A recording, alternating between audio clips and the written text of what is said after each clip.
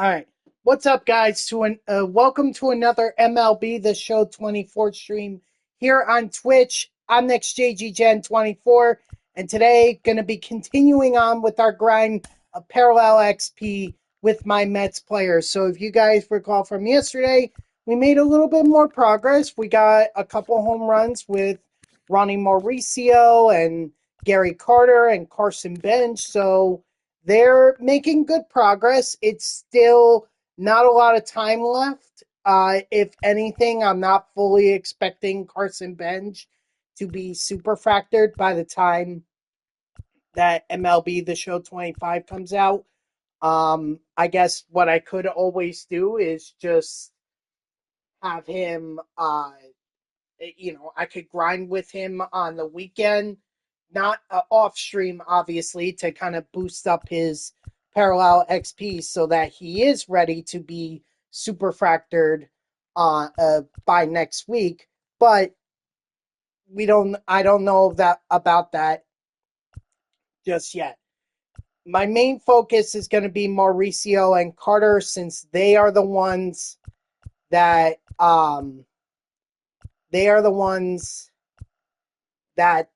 have they have the most. They're the closest. 6,700, over 6,700. They're probably going to crack 90, or they're probably going to crack 7,000 by the end of this stream. At least that's my hope anyway.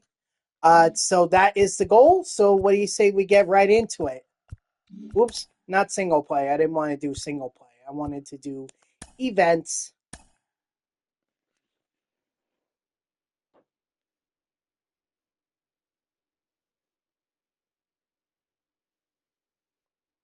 So maybe you guys have seen this yet, maybe not. Jose Iglesias is not returning to the Mets. He has signed a minor league deal with the San Diego Padres with an invite to MLB camp. That contract turns into $3 million if he manages to get up, if he makes it to the majors again, and an additional $1 million if he achieves some incentives. I don't know if that means that I don't know if that means he has to write another song. No, I'm kidding. I don't know what the incentives are, but I mean, overall, it could be a $4 million contract for Jose Iglesias. And look, as heartbroken as I am over it, I mean, OMG was so great for the Mets last year. I would argue that it was essential for the Mets to get to as far as they did last year.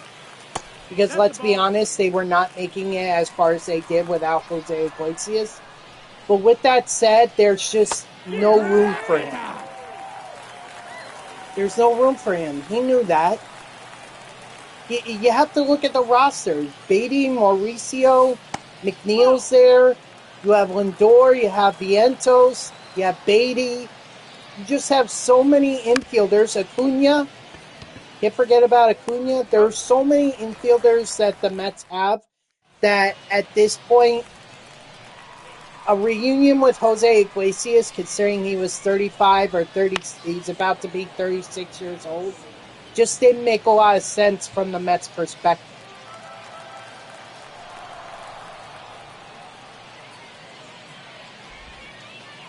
All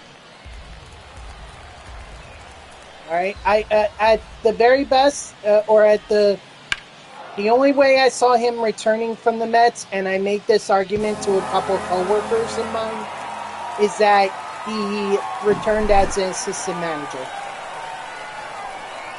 But even I poured cold water on that idea, because Iglesias is coming off of one of his best seasons, if not his best season of his career, short of making the All-Star team. So there was no way he was just going to up and retire. If he felt like he had a couple more good years in him and wanted to capitalize on his one on his 1 year with the Mets, I say by all means he has every right to do that. He does. That's the ball. 1-0.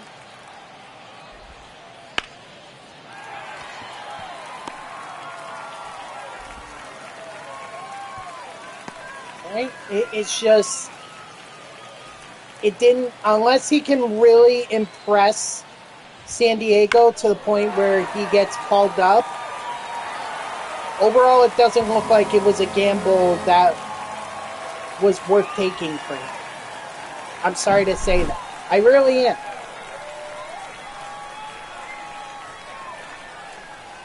But having a hit song is not what gets you to the majors.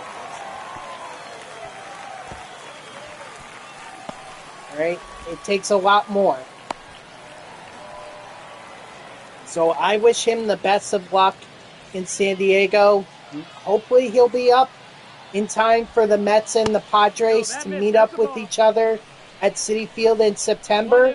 That way he can play. They can do the little montage they do for all the former Mets players with their highlights and everything. But other than that, I wish him the best of luck. And I have faith in David Stearns.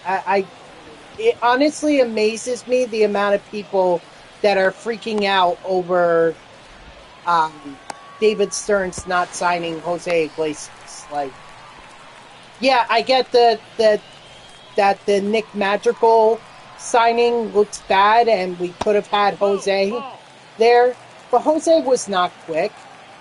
Madrigal, let's make this perfectly clear. Madrigal was not going to be anything more than a pinch runner for the Mets. That's all he was. Plus, there were options to send him down to the minors anyway. So it's not like he was going to be up at the major. I certainly didn't expect him up at the majors to start the season. Like I said, the only way that was going to happen is if he was a pinch runner. But now he's hurt, so we don't have to worry about that.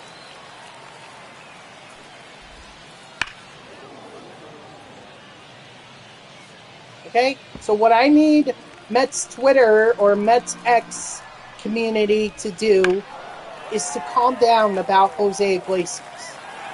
Alright, this is pretty much the same team as 24, but we have a new player in Juan Soto, one of the best to come to the Mets in recent memory. We have a chance with Juan Soto to really make a difference. Keep in mind that last year, this Mets squad got within 2 wins of a World Series. 2. Think about what Jose or Juan Soto can do for them. That could make it down to 1. That could put them in the World Series. It's going to be tough against the Dodgers squad, no doubt. But we don't know what's going to happen. I'm saying let's just have a little faith here in David Stearns and not freak out just because we lost OMG. It was great while it lasted last year, but we need to move forward. With Juan Soto here, this team has an opportunity to be good. And that's ultimately what's going to put butts in seats. Not OMG or Grimace. It's going to be how the team plays. Now, if they're having fun while they're doing it, all the better. All the better. But at the end of the day, the big thing is how you play. Whether that means that you get off to a slow start and then come June you really turn it up and go on a crazy run, or it's you start hot in April and then May and June you take a dive, you try to get back for before the trade deadline. Okay, whatever you gotta do, you gotta play well in order to make it to the playoffs. Met fans will always remember how much fun OMG was for them, for the 2024 season.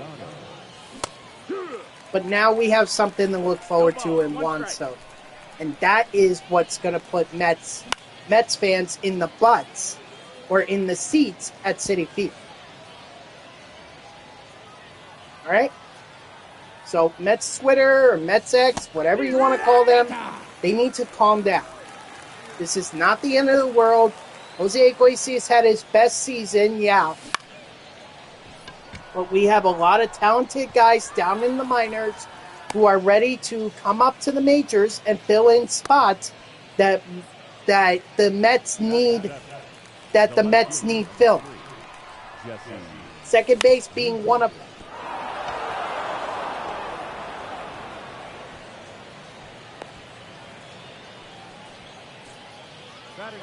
All right, and we have McNeil, we have Acuna, we have Beatty is looking to get some reps at second.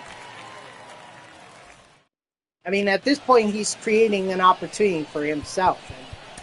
I mean, he has every right to. Okay, but we have a lot of talent. We do. We need not to freak out just because we don't bring back Jose Iglesias. Sorry, I keep looking at my phone because MLB The Show keeps coming up on Twitter on my notifications, and I keep thinking that someone responding to what my proposal is. And this is the other thing, too, that Met fans need to remember. If they want Jose Iglesias back so much, let's keep in mind that Jose Iglesias is not permanently tied to the Padres. First of all, he's going to be down in the minors.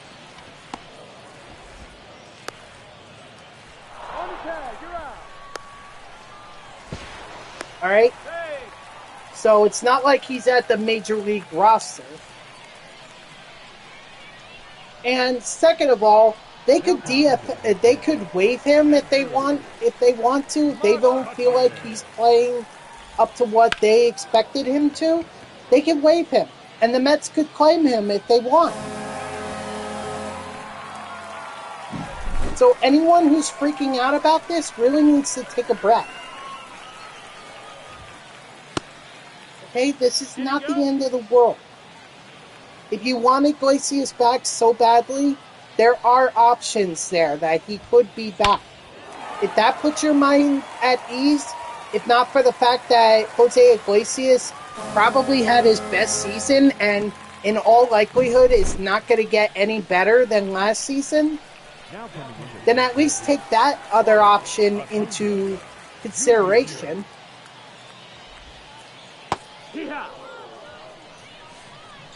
Okay? That's all I'm saying to Mets fans right now. I get it. It hurts. It hurts. But we have to buck up and get ready for the 2025 season. 2025 is not dictated based on whether or not we have Jose Iglesias. It's the fact that we have Juan Soto, but we don't have as much depth in terms of pitching as we would like. But we have guys down in the minors who could come up, who are ready to come up based on, if you look at the Mets' top 30 prospects, guys like Blake Tidwell and Brandon Spratt, they could be up this year. They could.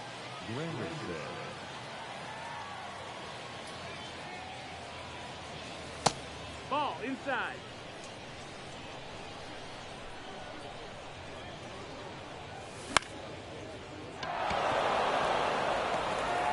Darn it, I thought that was going to fall. Okay? So, there are options. There are options. 0-1. We need to remember that as we head into this season.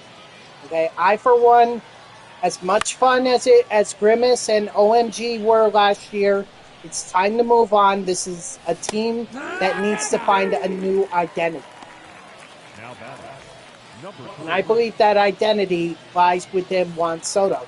You want to see the fun that he's having with the players on the team.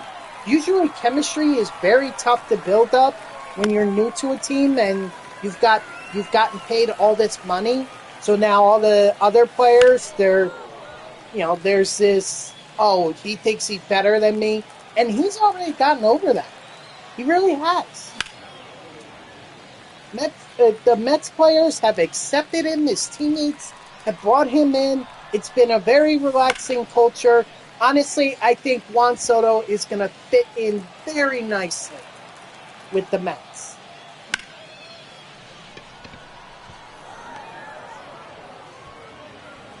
And I think that's ultimately going to help them get back or remain in pursuit of a postseason spot. Okay? I don't think they're winning the division, but I do think they have a chance at making the playoffs. Again, if a team like last year or last year's team can make it into the postseason, why can't this year's team?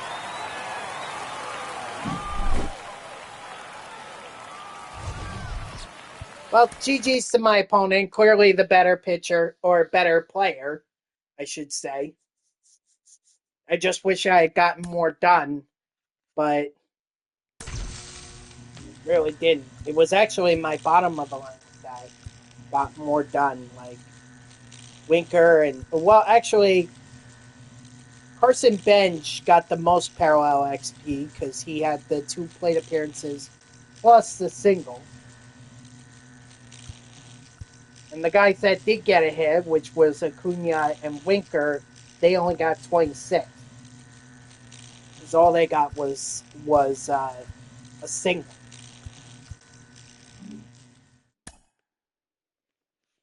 So it is what it is. All right.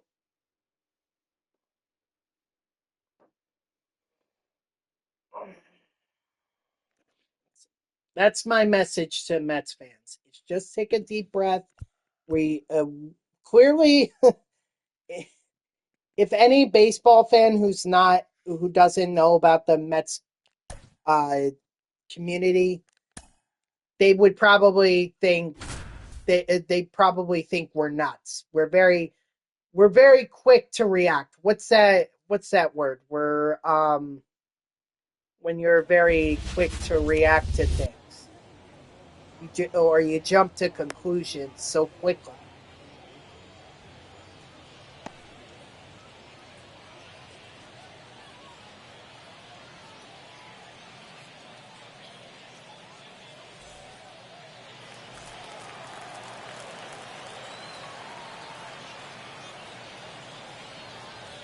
And honestly, I think they're right, because you should have seen some of the people having a meltdown over Quintana signing with the Brewers.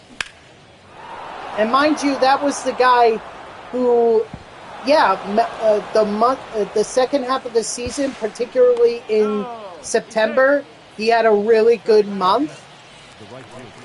But aside from that, he was just an okay pitcher. And I, for one, was actually calling last year. I was calling for the Mets to move on from Quintana. I didn't want him back in the rotation. But the way that some people reacted to it, you would have thought that we just lost our ace. The catcher, number 8, Gary Cargo. We just overreact. That's it. Very quick to overreact, and it boggles my mind. We're not going to have faith in Cohen. We're not going to have faith in Stearns. Did last year not prove anything? 0-2.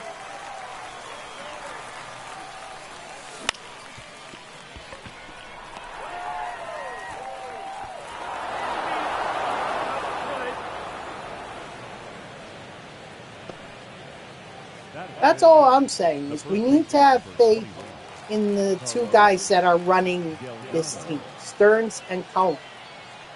But I think some people are just waiting for the two to make a mistake and just be like all over it, like, oh yeah, the Wilpons were way better. What? The Wilpons?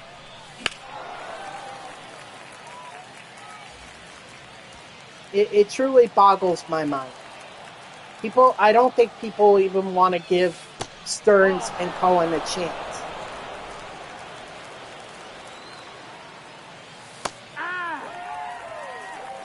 And I just wonder why not.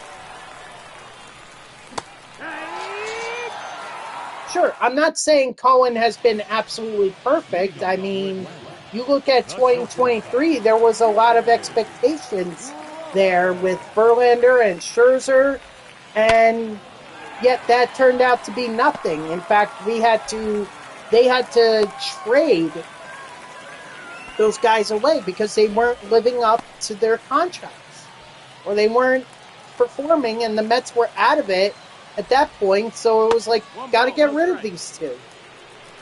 I mean, it worked out for Scherzer because I think he won the he went to the Rangers, so he won that World Series with the Rangers in 2023. But the Mets had to do that. And you know what? Cohen had to make that mistake. He had to. It's not all about buying the best players just so you could try to make a run at the World Series. Right? It's got to be a mix. It's got to be a mix. And I think Cohen understands.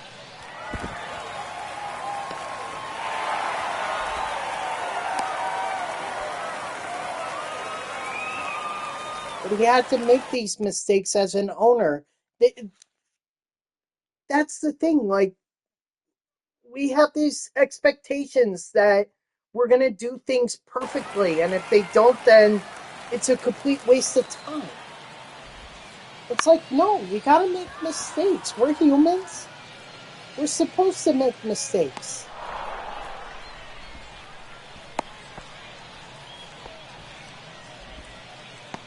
If we didn't make mistakes, then the world would be a lot better place. But we have to make mistakes.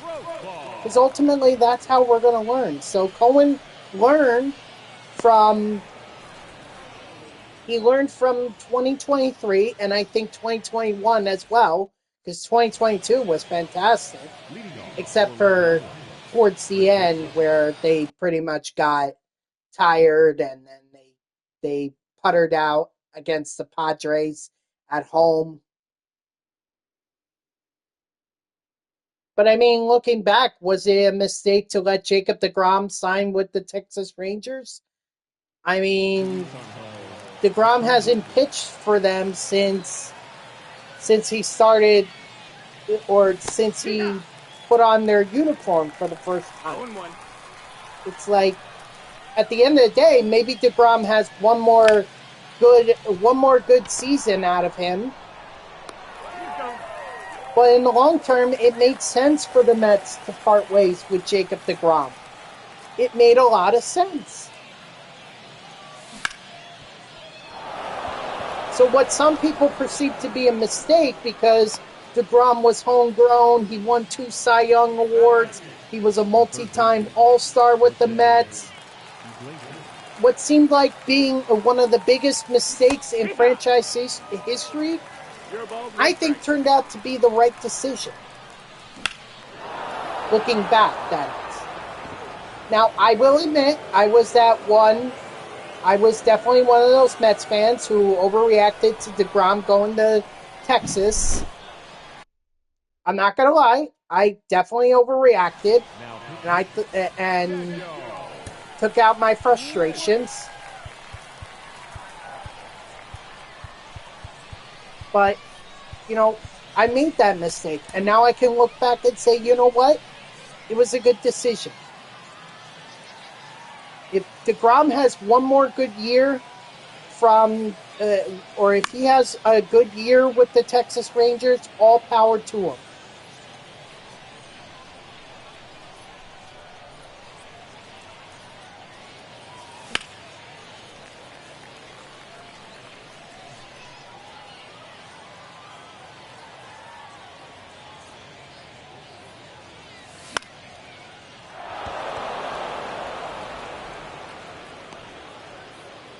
Right? But at the end of the day, I think it was the right decision for the Mets to let him go.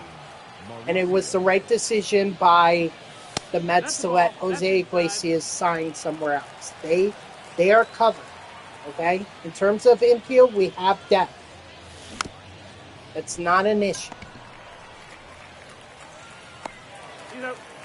By the way, I forgot to do the oh my god after Iglesias hit that home run. So I find that so funny that he hit the home run, and I've been talking about him. And look, I'm not saying this is not me saying, oh well, Iglesias sucks anyway. So that's how we're going to justify letting him go.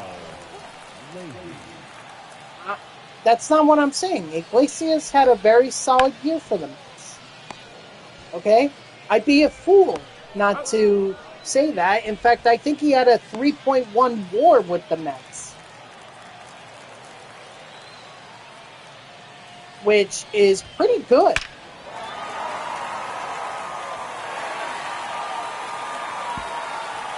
But we have the depth we need in the infield to be able to move forward and move on from Iglesias.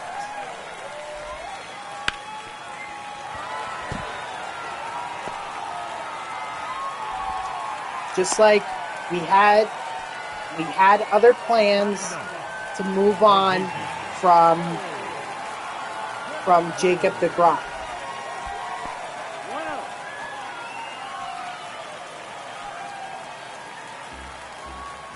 And it's worked out. I mean, we turned Severino into an ace. Now he's getting paid like it with the Oakland Athletics. Manaya, we brought him back, albeit he's going to be hurt for the first 3 weeks of the season. But, I mean, that's not like the entire season. That's just the first month.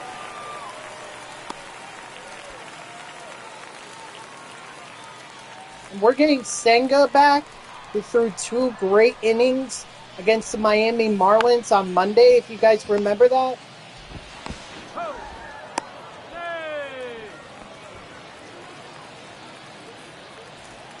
Okay, we're also going to have frickin' David Peterson as well.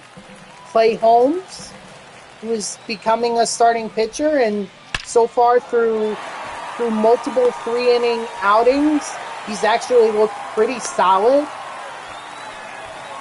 Not to mention Brandon Spratt, Blake Tidwell. They're down in the minors. Sucks that we lost Montas, because he's usually a 200-inning guy right there when healthy. And then it's pretty much just open season when it comes to Tyler McGill and Griffin Canning, whether they want to be starters, relievers, down in the minors. That's going to be a battle for them, okay?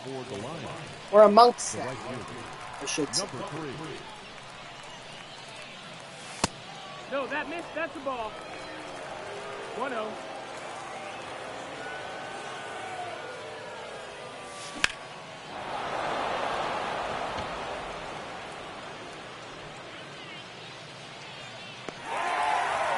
Yep.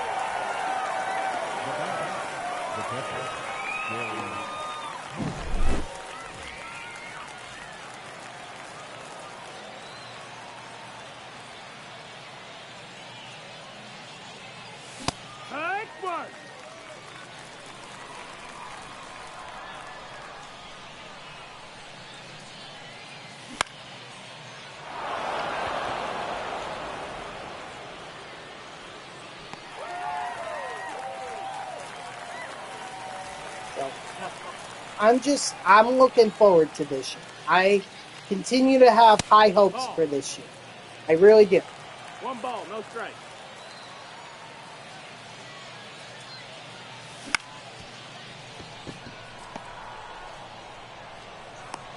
All right, well, GG's to my opponent. Darn, just makes that home run that took away from me all the more important. What's up, Dodger? How are you?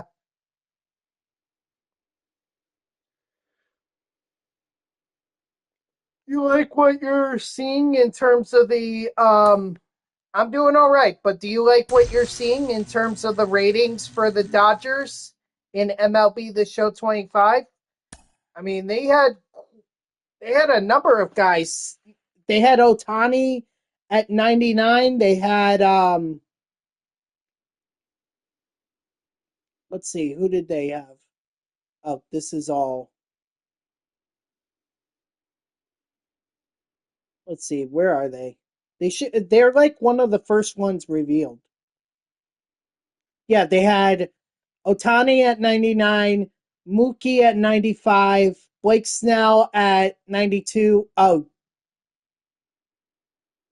well, then I'm ruining it for you. I'm sorry about that. I mean, top five guys are all 90s.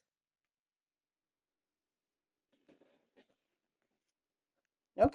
All right. I don't want to ruin it for you then. I'll just tell you the first three. I think you can guess as to who the other two are.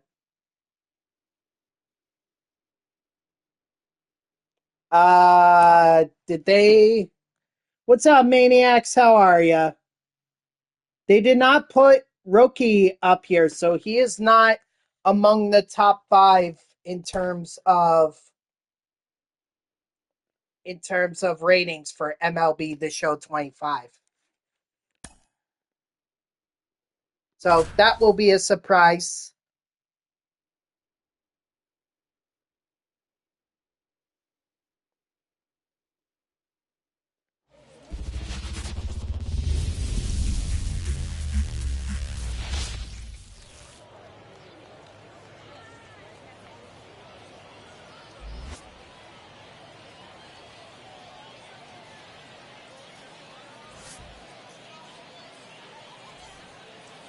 Leading off for the Lions, the second baseman, Ronnie. We were just talking about the ratings that they revealed for MLB The Show. No, I think these are franchise ratings. Soto, they revealed Soto to be like, what was it, 99? And I don't think that's his live series ratings. I believe it's franchise. But I mean, they could be close. The ratings are usually, they're usually pretty close. 1 ball, 2 strikes. To what the live series is. The ratings in franchise.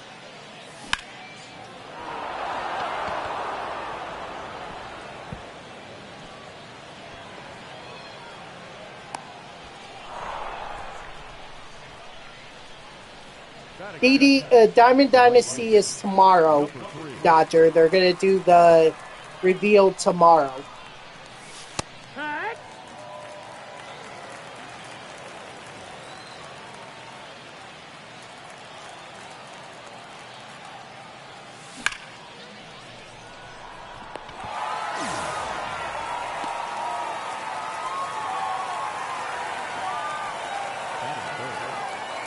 And then after that, it's only a week away from MLB The Show 25 early release. We also still got to go through the Legends trailer as well. And that Legends trailer, I think it's going to be either Tuesday or Wednesday, one of those days. Now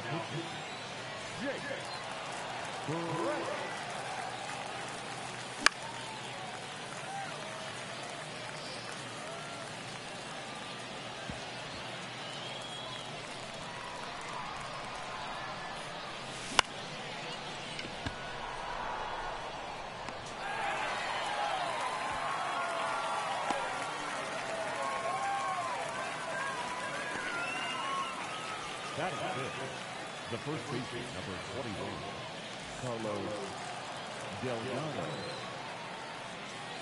Outside, ball. All right, Dodger. After this game, we'll play.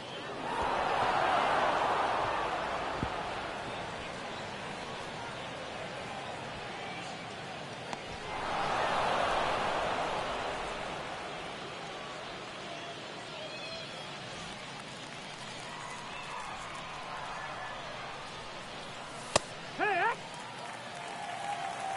0-1. Hey! 0-2. Hey! Ow.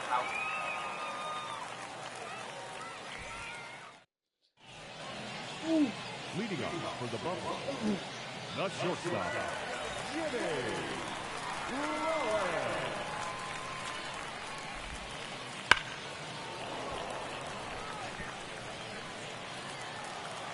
Oh, I guess this is going to be my first time looking at Superfractored Freddie Freeman, right? 0-2. When we play our game, it's going to be my first look at Freddie Superfractored. Batting second, the designated hitter, Adrian.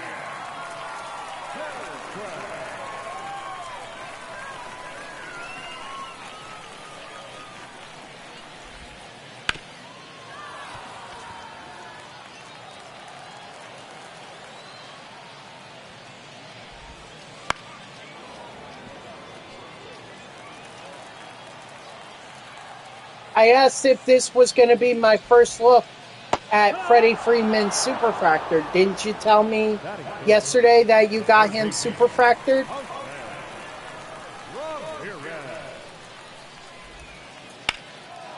Uh-oh. Left that slider hanging.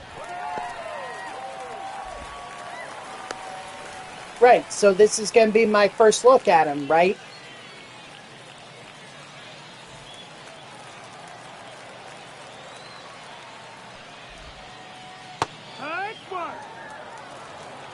Your ball's 1 strike. Hee-haw!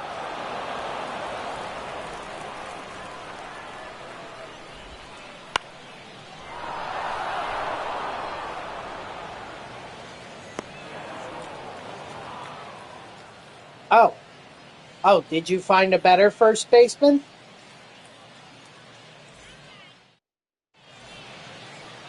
Leading off for Long Island, the left fielder, Jesse Winker.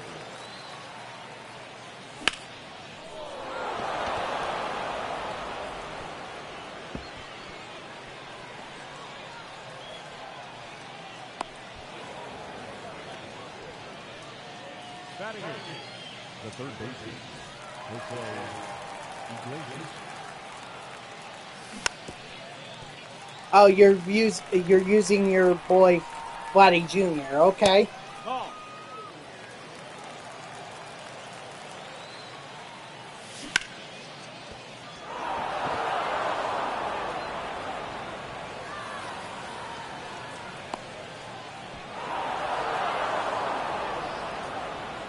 Batting up, the center fielder, number 3, Curtis. All right, well, that'll be an interesting challenge.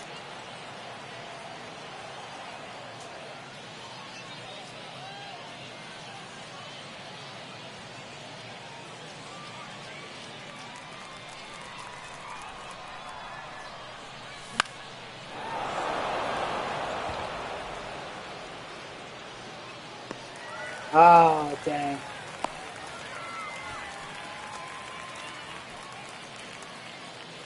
The batter number 10, second baseman, Ronnie Mauricio. Now pitching, Cody Boyer. Yes, I did, Dodger, and I talked a good portion of the start of the stream about it. I don't know if I want to articulate my points again. But yeah, I'll summarize it by saying this. I'm not surprised he went elsewhere. I didn't think he was coming back anyway. Unless he was coming back as an assistant manager, because the Mets have way too much depth in the infield that there's just no place for Iglesias. But I wish him all the best in San Diego. Although, let's be clear, he's going to be in the minor leagues. He's not going to be up at the major league roster. He could, but it doesn't sound like the Padres have any plans for him to be up at the majors. The first baseman,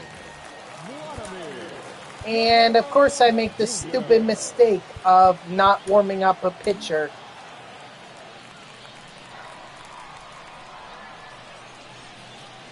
So I say I wish him the best of luck, and while I'm sad to see OMG leave, at the end of the day, there was just no room. It's a baseball business decision, not a personal one.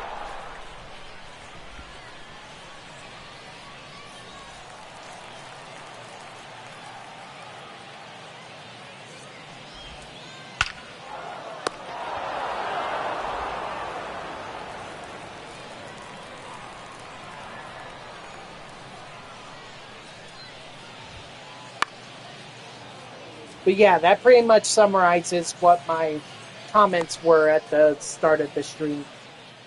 Honestly, I thought maybe he would go to Houston, since Jose Altuve suggested that he would play anywhere in the field, even right field, and Jose Iglesias could play in the infield, I figured he might go to Houston, but I guess not. No balls, one strike.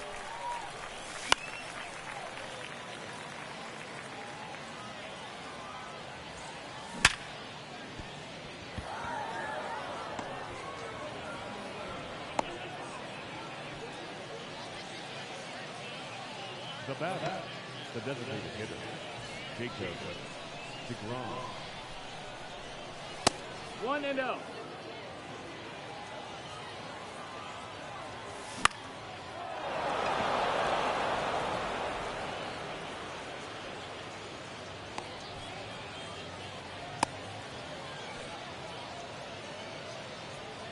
The first baseman, number 21, Carlos Delgado.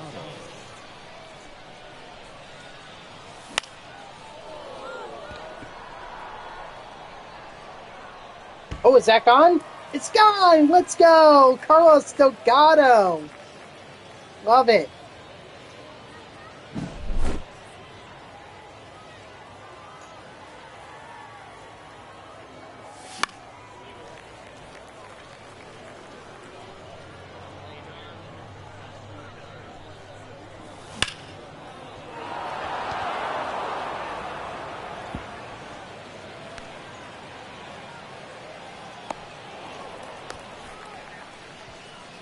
The left fielder, number 3, Jesse Winker.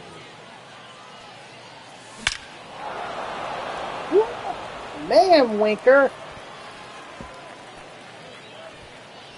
I swear, it feels like the middle and bottom, or the bottom 2/3 of my lineup, they're the ones that are hitting. The top 1/3 isn't.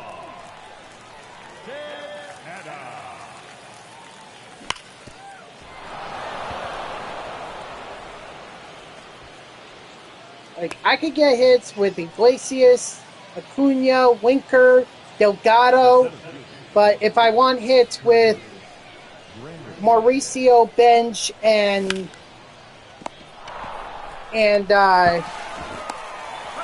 Carter, they're a lot harder to come by.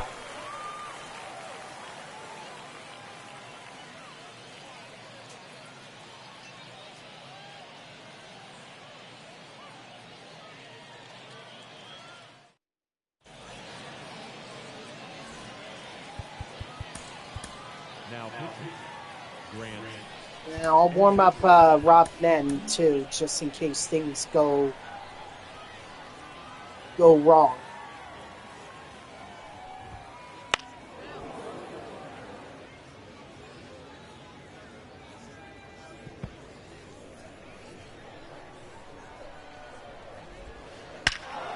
Gone. Slider right down the middle. And short.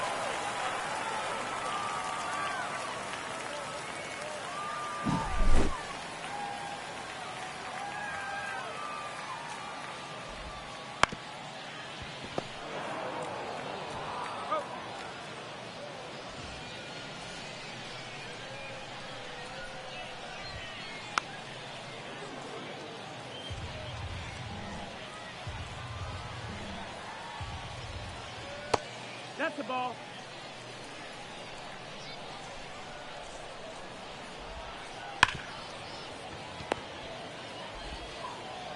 And I got lucky that time with the slider over the middle. I got lucky.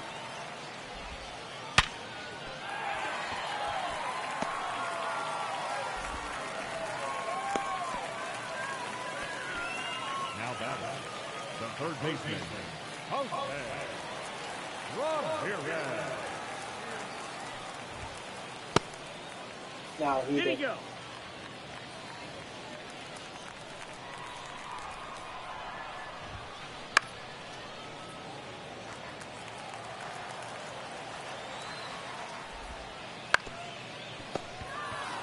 All right, GG's to my opponent.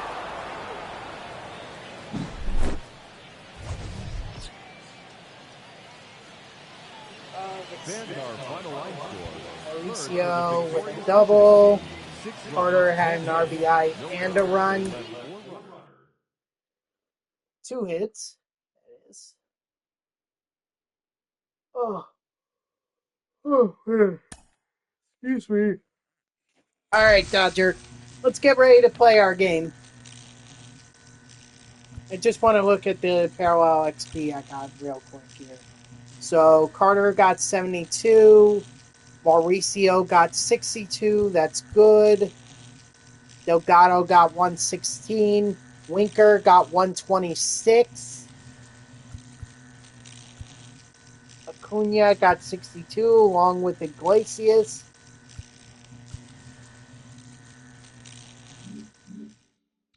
Let me just open those packs that I got real quick. Let's see. I see a 92. Okay. All right, so we'll go with the 92. That's Paul Goldschmidt. Let's see. We got a 90 overall. 7 though. And 85. Okay, so 90 overall it is. Awesome. 2 more season 2 cards ready for collection.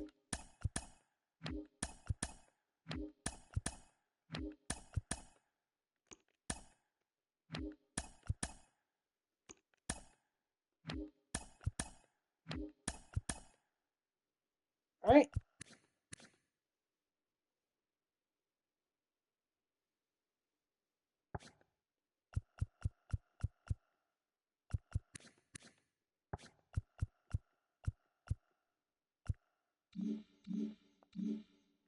All right. Do you want me to set up the game?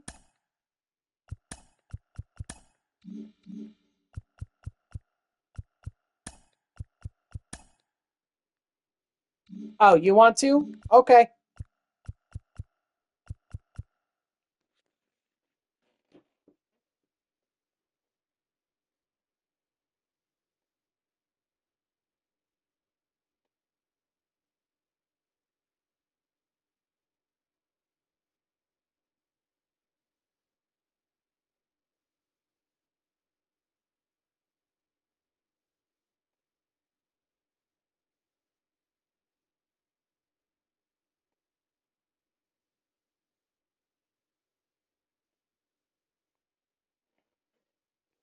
Oh, this is pretty cool. There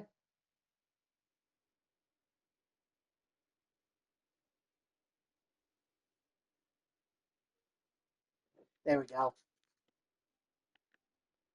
Apparently 3-1 Soto liked my comment. No way Francisco Lindor only has 5,000 followers. BS. And Juan Soto has 1.2 million? That's something.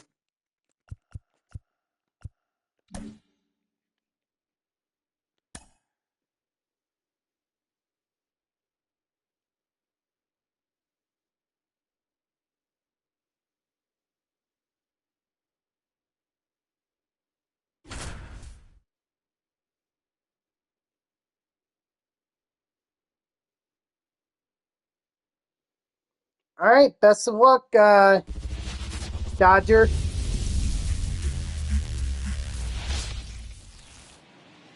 Dodger Stadium. Okay. Leading off for Long Island, the shortstop, Jimmy Rollins.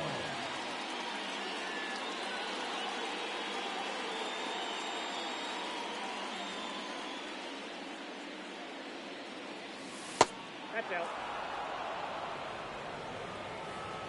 First pitch, 106.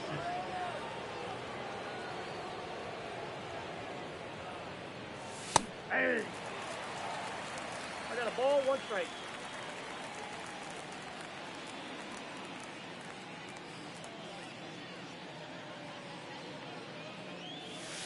Two balls, 1 strike.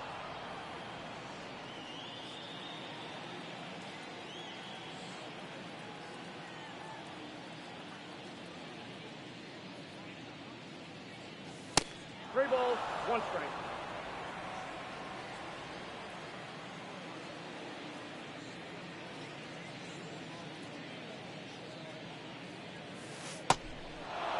Ready.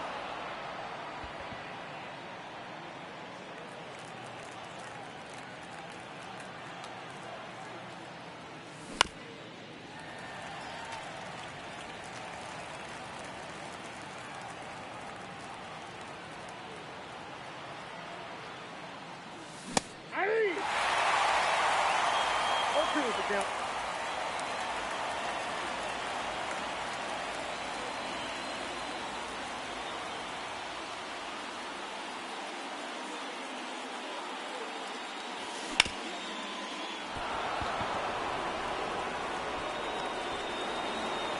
'99 speed better get me to third. Batting third, the first baseman, number 4, Moonshot.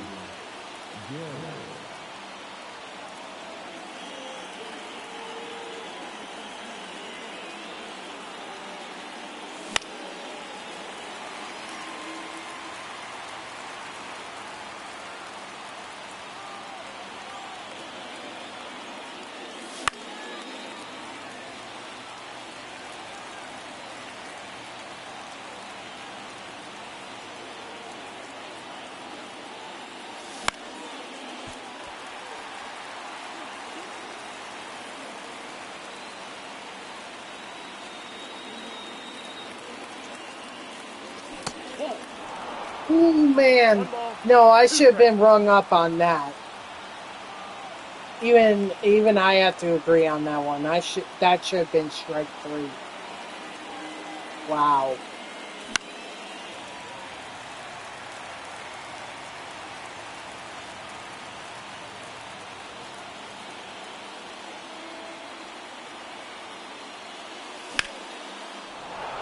Oh, by the way, before I forget, guys, for those that are celebrating, happy Ash Wednesday to all my fellow Christians. Hope you've got what you wanted to give up for Lent today. I mean, it's going to be hard. It's going to be a couple weeks. 6 weeks, in fact, I think it is. April 20th.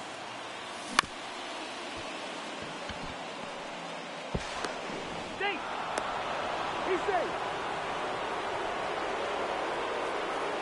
So, it's going to be a long time, but hopefully you guys, whatever you gave up for Lent, hopefully it's something that, in the end, you feel like it's worth it.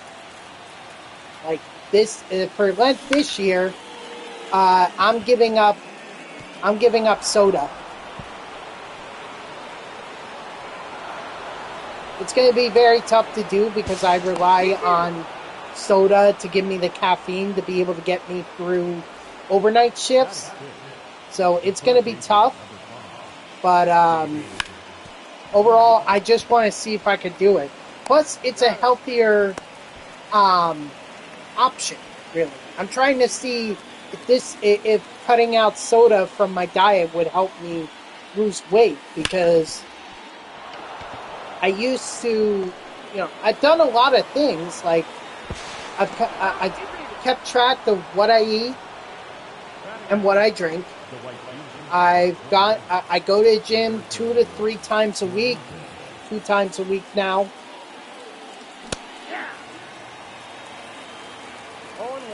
And, I just try to eat better, but, well, I mean, you're talking about, I've cut myself down to 2 cans a day. One at lunch, 1 at dinner. That's it. See, I don't like diet because it has all those bad chemicals in them. I mean, regular soda has bad chemicals in them too, but I feel like with diet, it's even worse. 1-1. That's why I prefer like the Coke Zero or Pepsi Zero. It gives me the caffeine without all the sugar.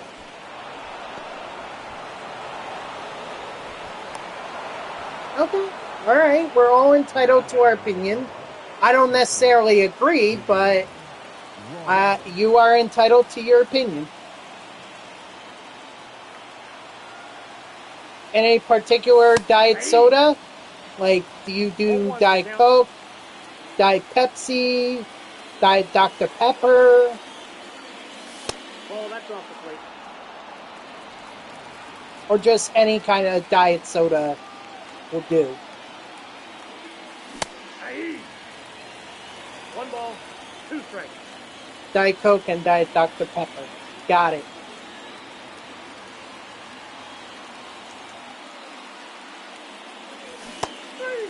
Oh my gosh. All right. Well, what an inning that was.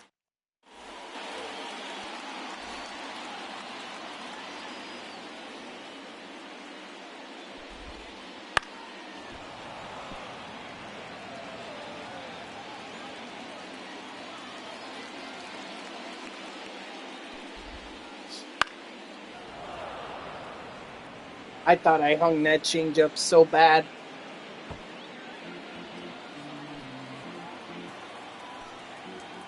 Well, good. I'm glad that I'll be able to see a difference, 1 ball, 2 strikes.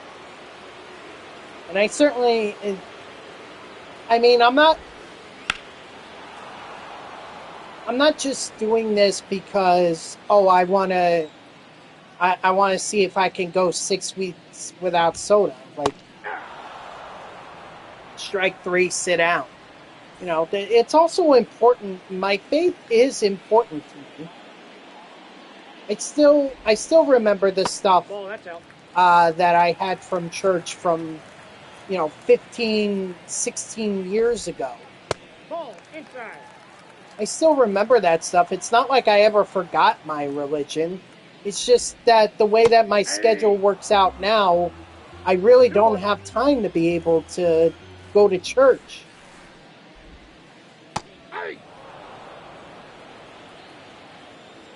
But that doesn't mean that I'm not religious. Like, I do observe Lent. Uh-oh. We got full count.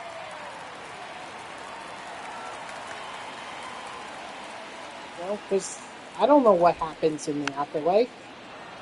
But I at least hold religion close to me, particularly for my grandparents, because it was their church that I was baptized in, received Holy Communion, and confirmation. So at the very least, like, what I can do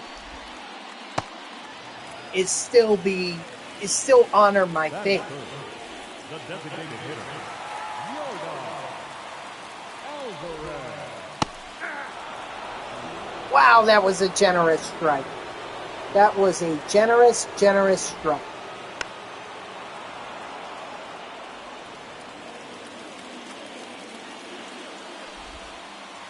Oh, one. He's safe. So it's just important to me to at least Ball two. observe length, since I don't really go to church anymore.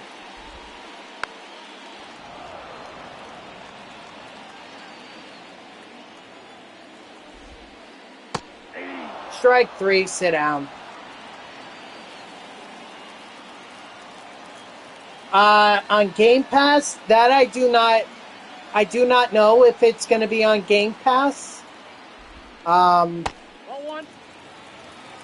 I know 24 was on Game Pass, but that wasn't until January.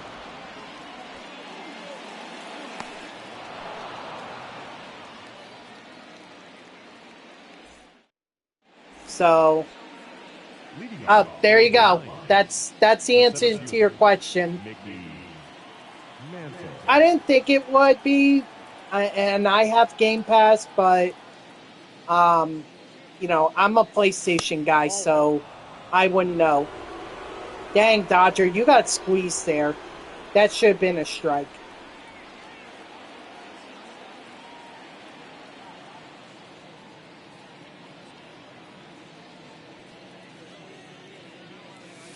Two balls, no strike. Sorry. But hey, look, I'm glad that you're excited for MLB The Show 25. Oscar GG21. I hope I'm, or is it Oscar? Now pitching, Spencer Strider.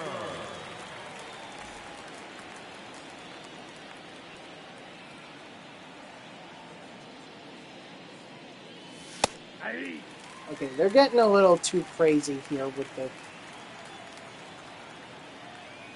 the ratings. Like, I get it, but I think what people are mostly waiting for are the Diamond Dynasty stream tomorrow and the Got him.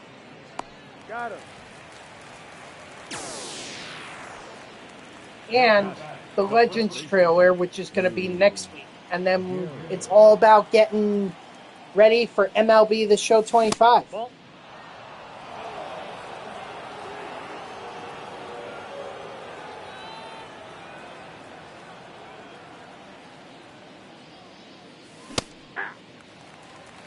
I got one ball, one strike.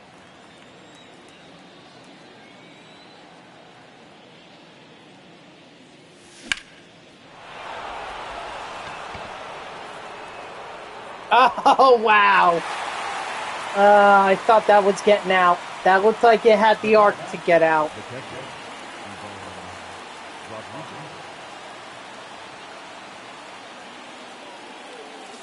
Nope. Ball one.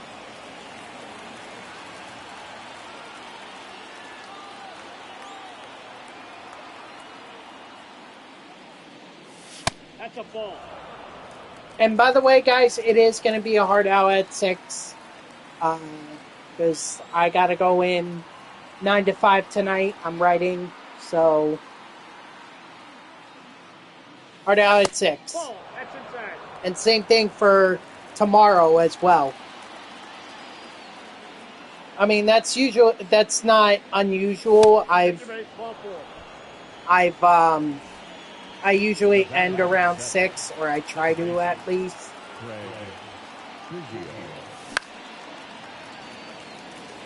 Sometimes I push it a little bit, but can't this week, so sorry.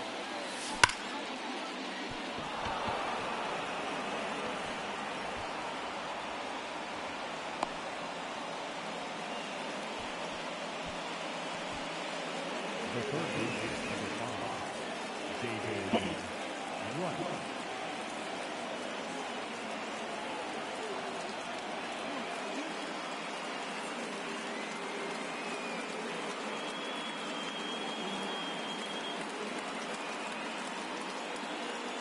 And Fernando Tatis Jr., huh?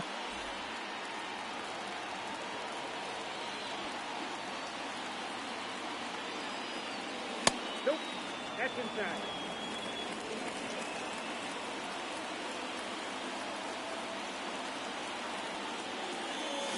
Hey! 1-1.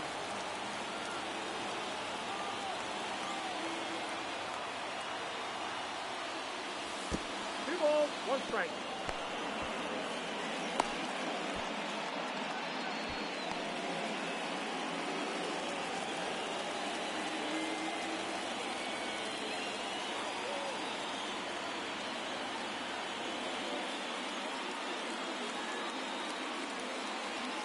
Hey! Two balls, two strikes.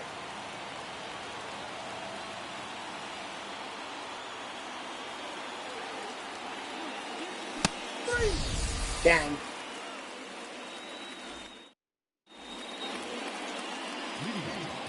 All right, let's see how Vladimir Guerrero Jr. does for you.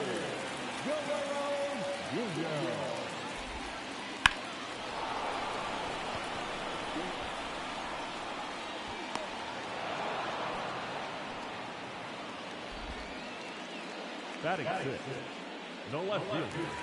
Fernando Tatis Jr.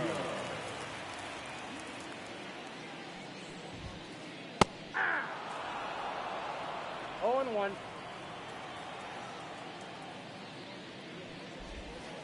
Hey!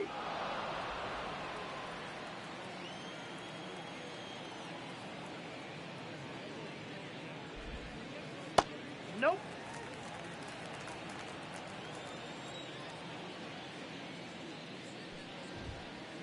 Hey! Strike 3, sit down. Batting seventh, the third baseman, Alex Bregman.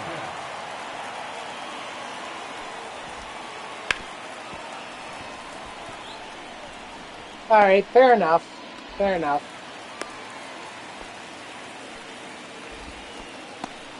Batting eighth, the right fielder, Mookie Betts. Ball one, no strike.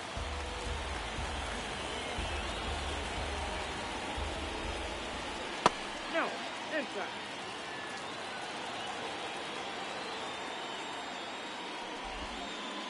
Hey! Two balls, one strike.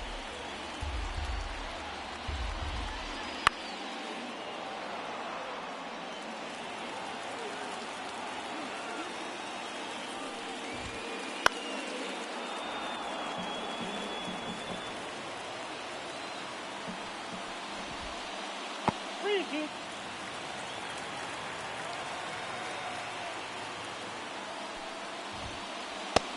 Strike 3, sit down. Leading off for Long Island, the left fielder, Dan Newton.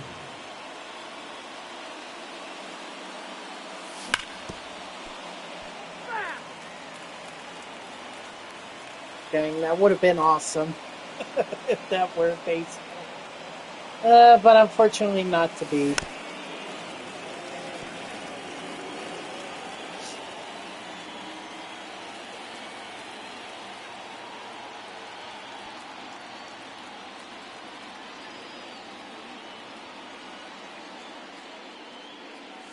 All one.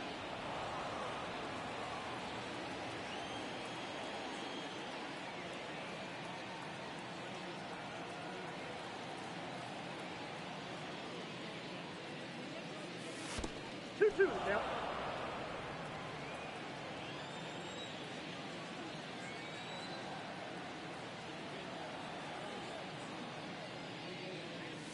Three. Ah, The right fielder, number 21, Roberto Clemente.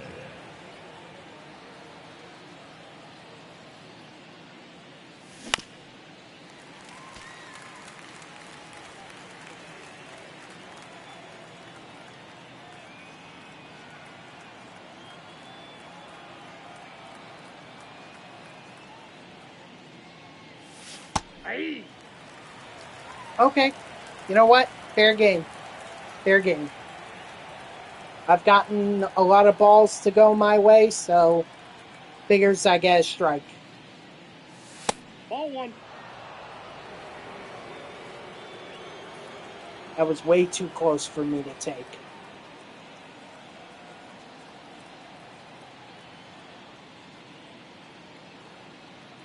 Wait, isn't Jose Iglesias on the Padres?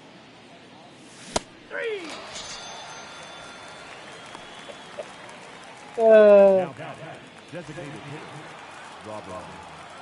Yeah.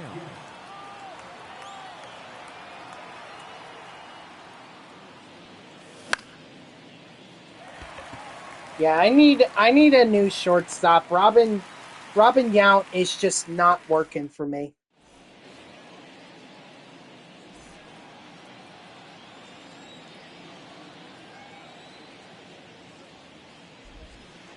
Hey!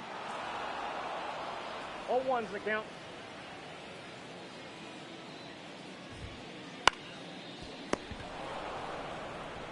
Oh. The center fielder, number 27, Mike Trout. Outside, that's a ball.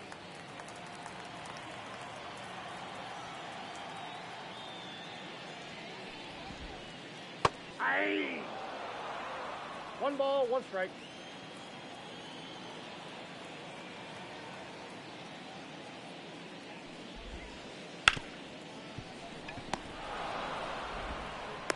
Out.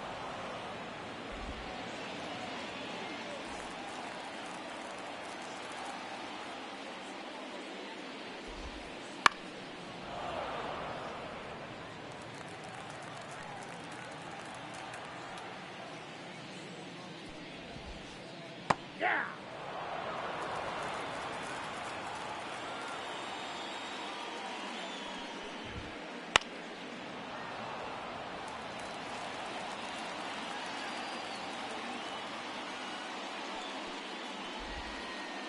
That's the ball.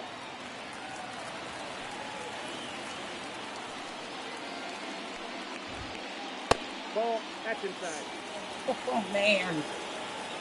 Not getting lucky here.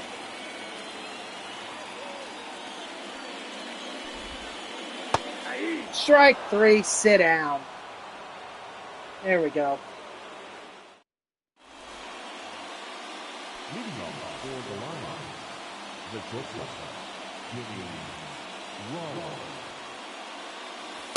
Nope, outside.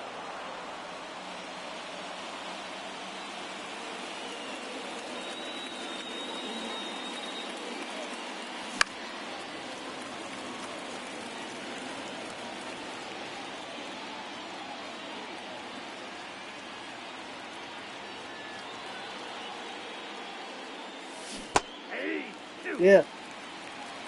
1 ball, 2 strikes.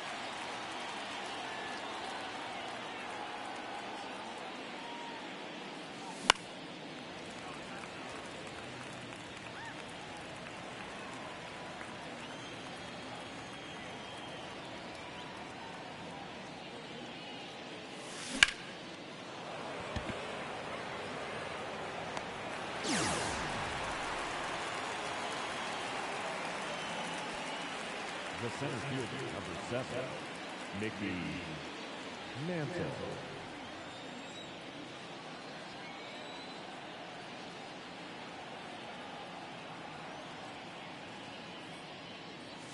Aye.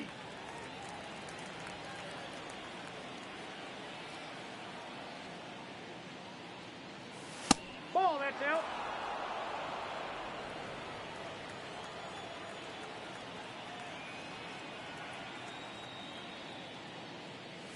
Ah. 1 ball, 2 strikes.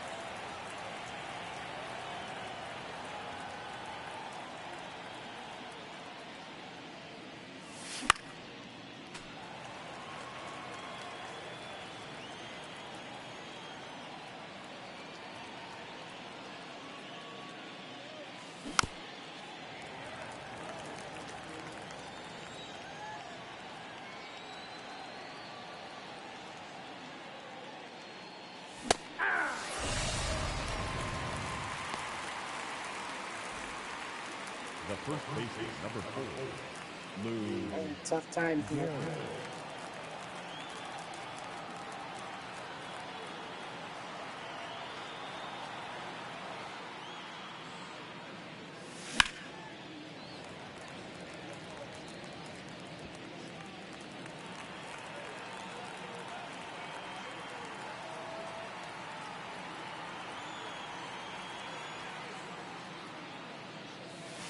That's a ball.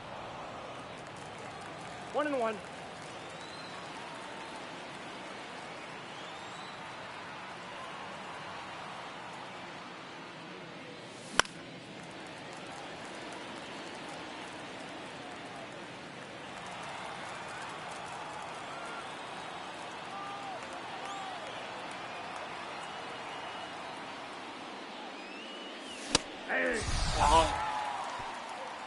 Oh man, can't touch Spencer Strider. Leading off for Los Angeles, the designated hitter, Yordan Alvarez.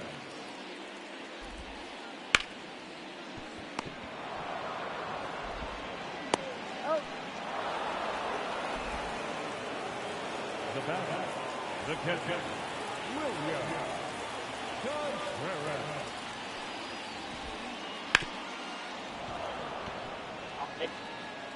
Oh my gosh, I thought that was gonna hang.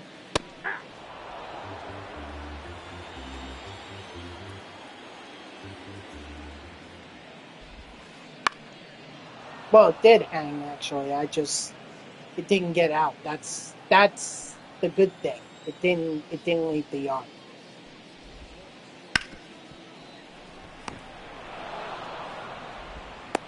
He's out.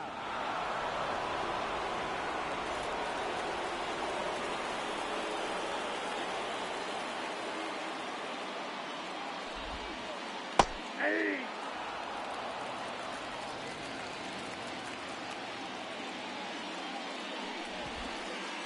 Ball inside.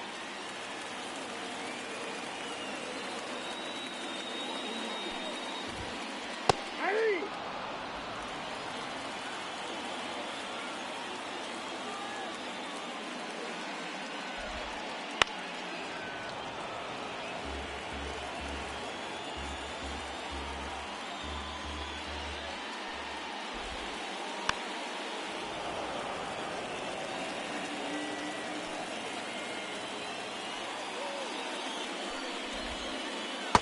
Strike 3, sit down.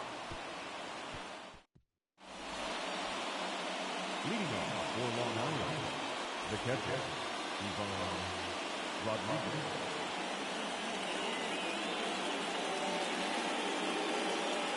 Hey.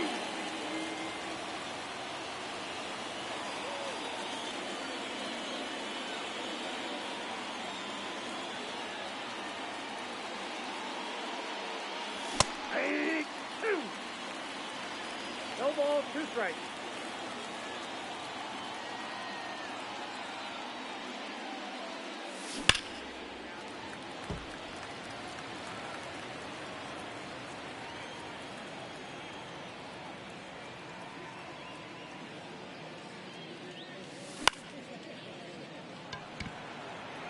Drop, drop, drop.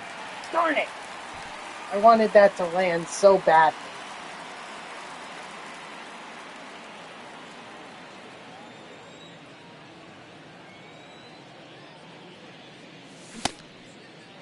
What do you I got? probably did. Oh, no, I didn't. I'll take it.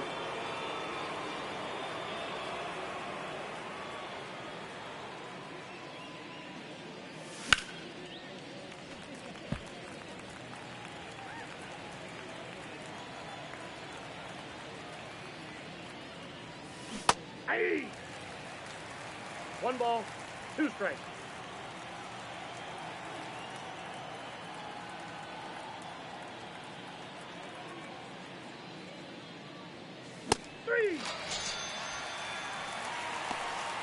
The third baseman, number 5, David Wright.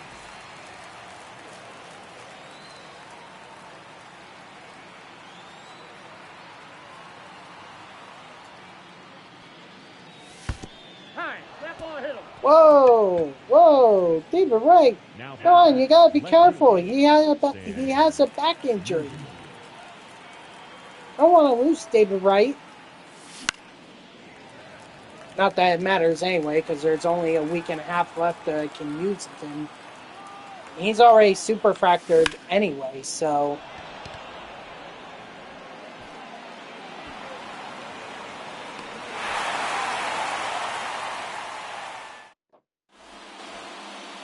Leading for the Nationals, the left fielder, Fernando Tatis Jr.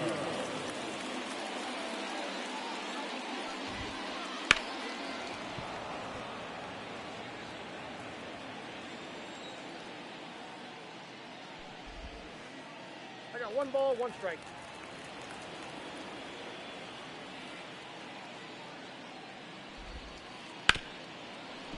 Oh man, come on.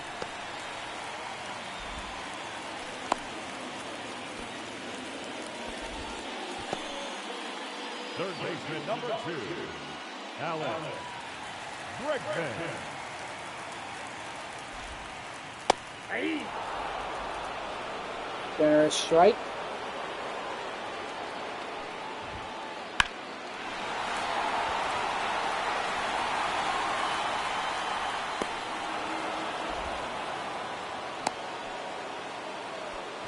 Now batting, right fielder, Mookie Betts. Ball. Count 1-0. Hey.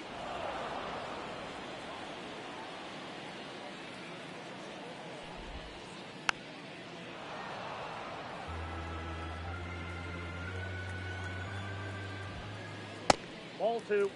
Oh, what? Oh man, you gotta be kidding me.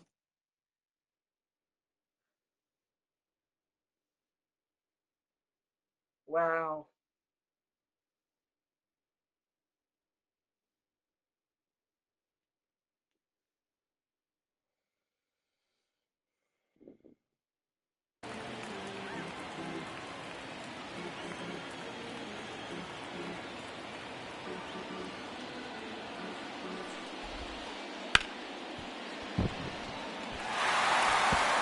Not gonna get him at first. Yeah, I knew it was gonna be a tough play.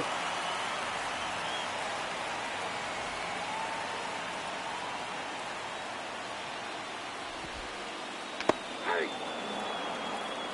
0-1. Hey.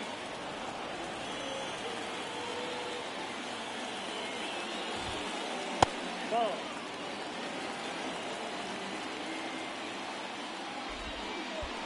2 balls, 2 strikes.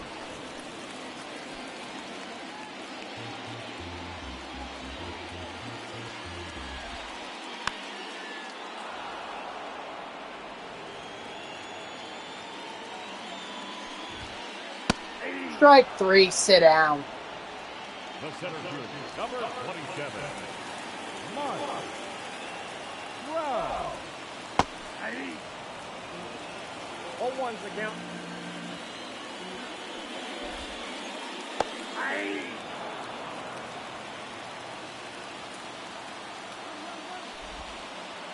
Back outside. No. I didn't realize you were pulling off the double steal.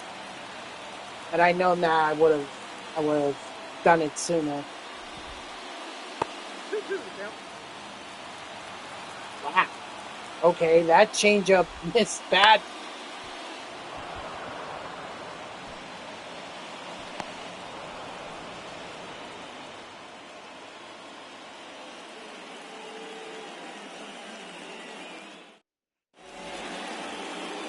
Leading for the Lions, the right fielder, Roberto Clemente. Let's see. Who should I?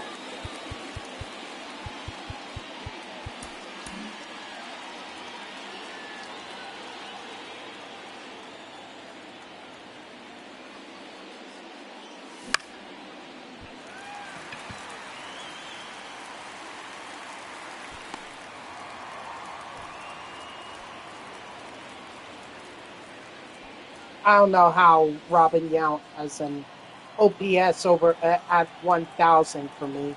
I always feel like he doesn't really hit for me well, or he doesn't hit well for me. 0-1.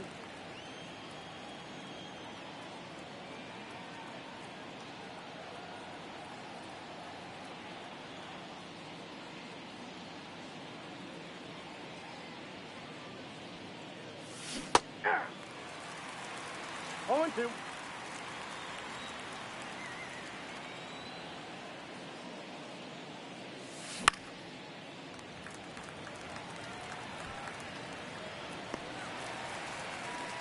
See? Case in point. Didn't get a hit for me there.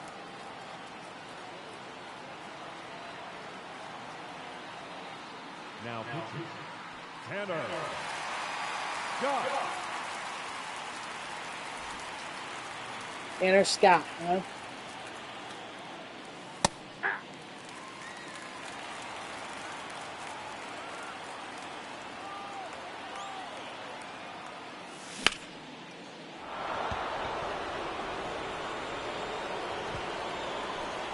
Finally, Jimmy Rollins gets off the schneid and gets a base hit. The center fielder, number 7, Mickey Mantle. Inside, ball 1.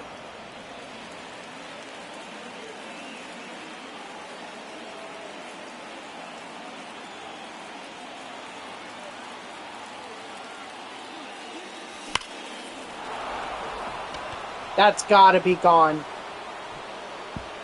Thank you.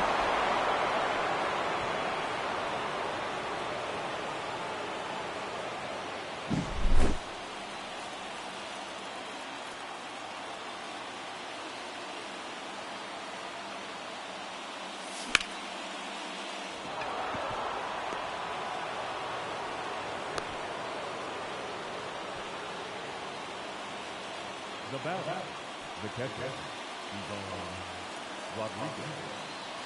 I don't know.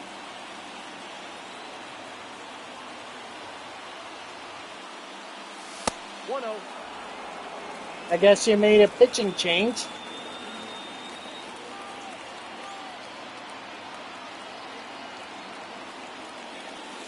That's in, ball 2.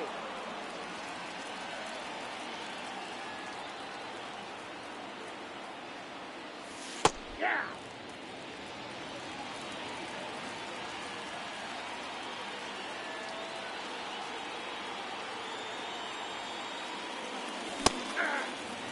Eh. 2 balls, 2 strikes.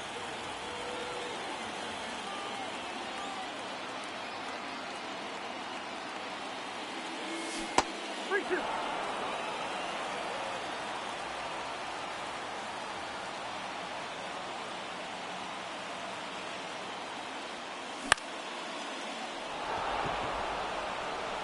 Well, didn't turn out too badly other than that home run. Leading off for Los Angeles, the shortstop, Ellie De La Cruz. Now pitching, Chris Martin.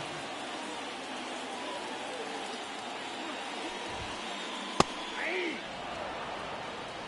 0-1's the count.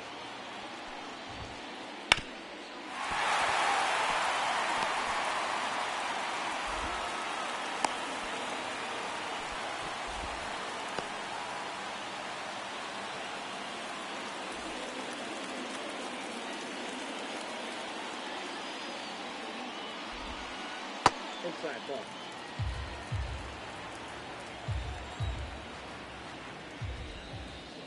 That's ball 2. Come on, Martin. I need you to do better.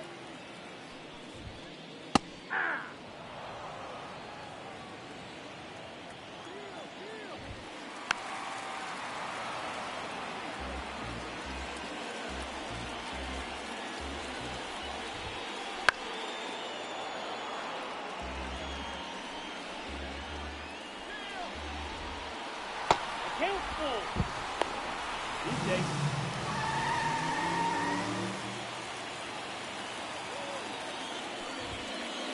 Ball four. Ball four. Maybe not the worst thing in the world to walk Jordan Alvarez.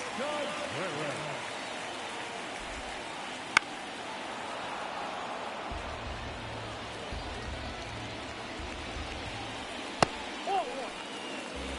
1-1.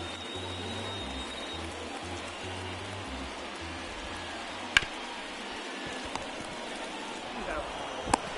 He's out. Nope, save.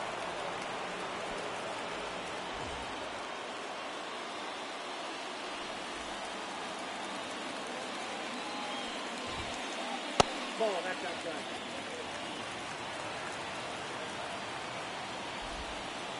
Hey.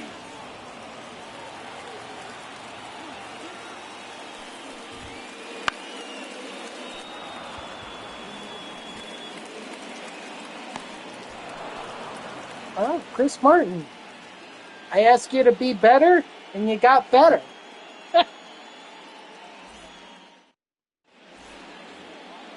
Leading off for Long Island, the second baseman, Craig Biggio.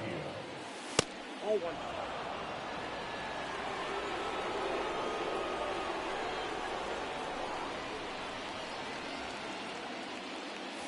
Hey. 1 ball, 1 strike.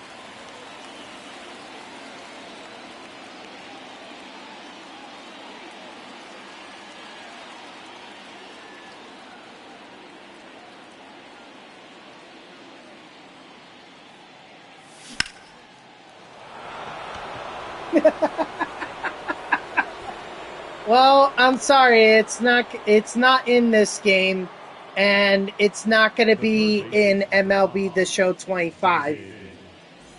In all likelihood, it might be in MLB The Show 26. And honestly, since you brought it up, I'm kind of... There was some pitches where, like, the ball is touching the strike zone, but it's mostly a ball, and it gets called for a strike. And I'm like, why should it be, or it gets challenged and it turns into a strike, even though it's called like a ball? And I'm wondering why make that change? Like, the ball was mostly out of the zone, so it should be a ball. Shouldn't be a strike just because it somehow flips the strike zone. So I just find it very weird what they're doing with the ABS system.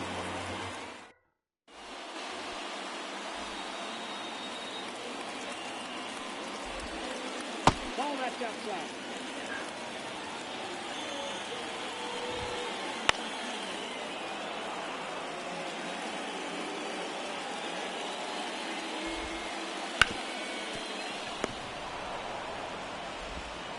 He's out. Now batting, third baseman, Alex Bregman. Yep, that ball went out.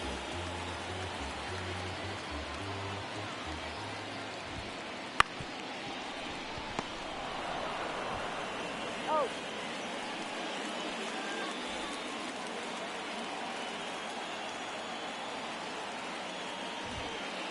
Hey.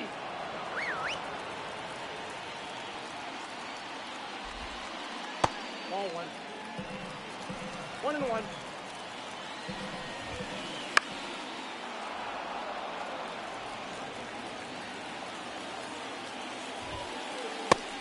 Strike three, sit down.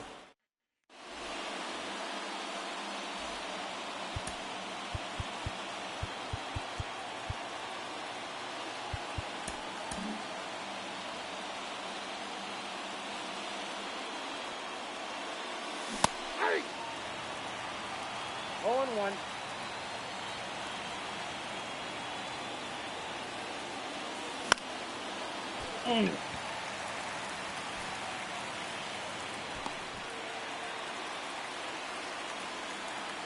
Now batting, the designated hitter, Robert Young. Okay, so he gets one hit from it. Then Robin Yount gets one hit. Now that is Jimmy Lawler. Ball in. See, like that would have been called the ball, but if it had been challenged, that probably would have been a strike because it clipped the strike zone. So I really wish they would clarify what constitutes a strike. Is it that just a little bit of the ball has to be in the strike zone? Or does it have to be a certain amount? Like, I want them to clarify this if they're going to move forward with the ABS system. That's all I'm saying. If I can't get a clarification on that, then how am I supposed to know what's a ball and what's a strike? 0-2 is the count.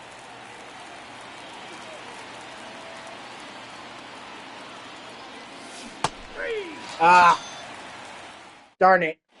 Couldn't put Robin Yount's single to good use. The second baseman. Fortunate. Now pitching. Kenny Jansen. 0-1 is the count.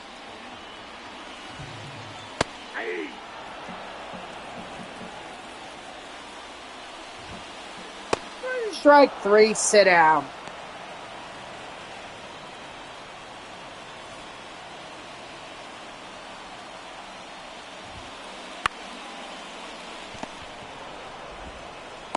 Got it.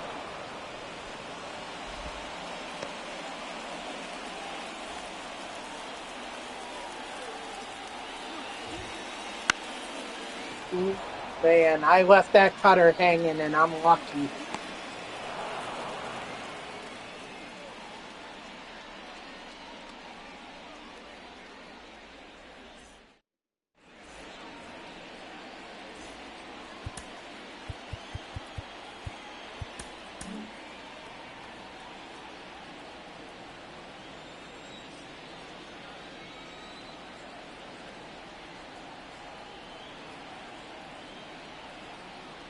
Now pitching.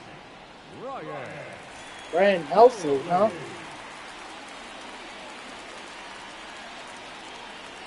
Do I even remember this card? So now I'm gonna let me see it. It's a season awards one, I saw that. I don't remember seeing it. I don't recall seeing it.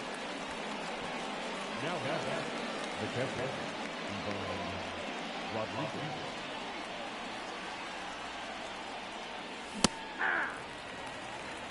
Oh, and 1.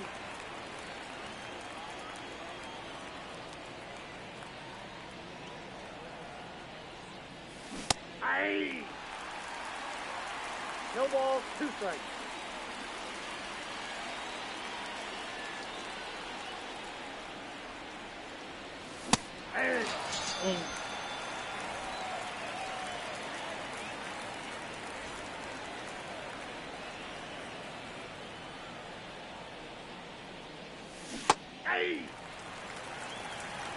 She's starting to come down now. I'm talking about outside. It's raining outside where I live. So. 2.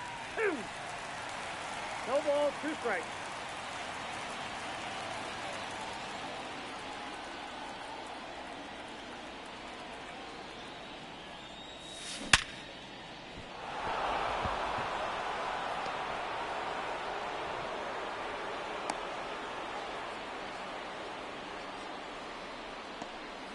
The batter, the third baseman, David Wright. 0 and 1.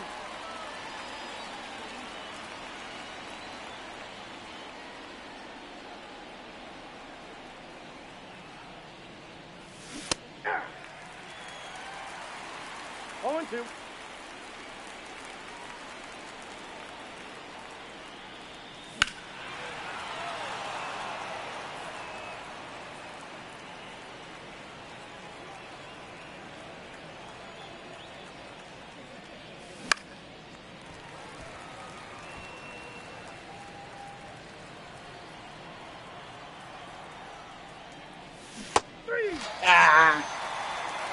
Oh, wow.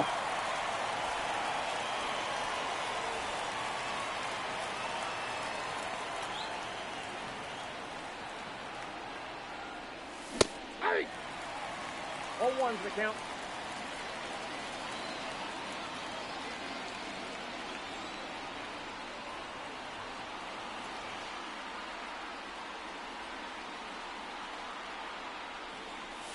Hey! No ball, 2 strikes.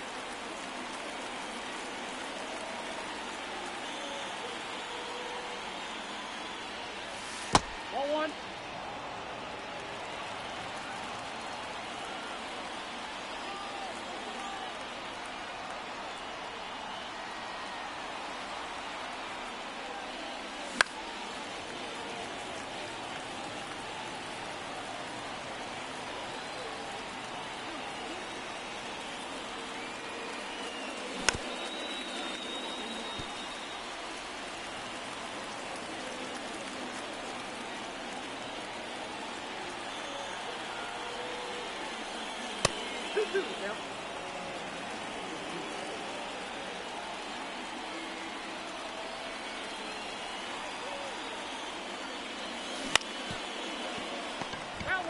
What? A foul ball? That shouldn't have been a foul ball.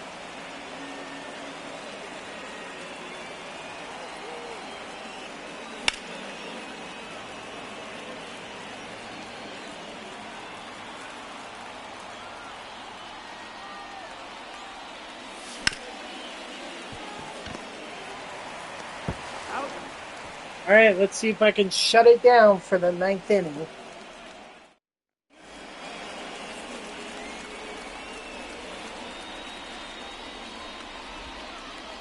Ball, that's in. Yeah! I got 1 ball, 1 strike.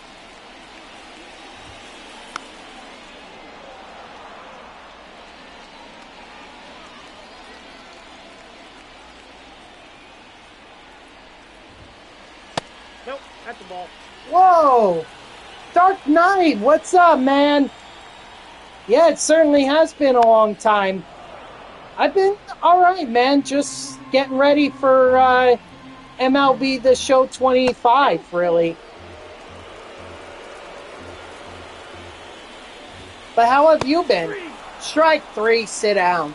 Right now, I'm just playing a game against Dodgers since he redeemed the 1v1 against me, so... Ball 1, no strike. Just looking to wrap it up here. We need one more out after this.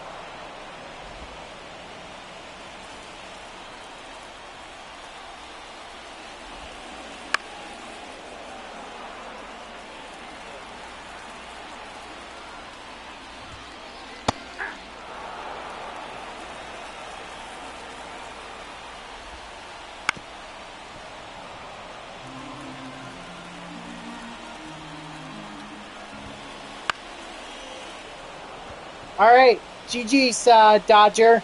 Another fun game.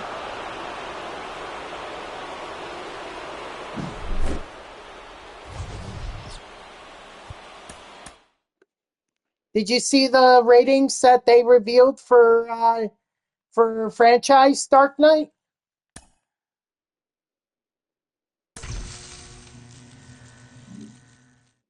I literally did nothing.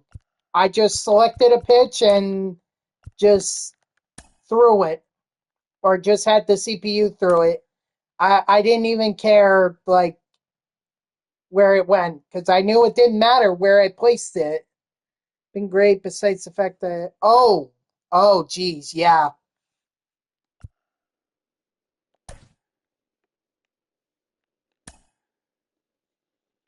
No, I don't think so. You handled me.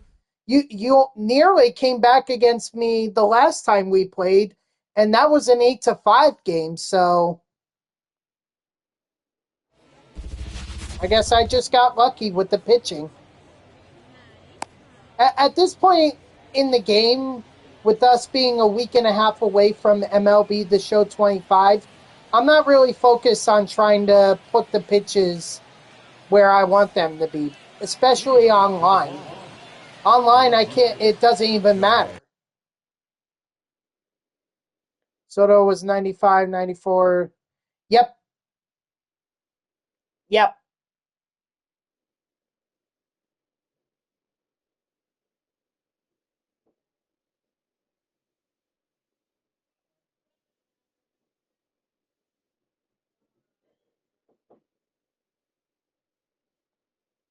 So yeah, that's really exciting that but I don't know what the ratings are going to be for for Diamond Dynasty though. That's the thing.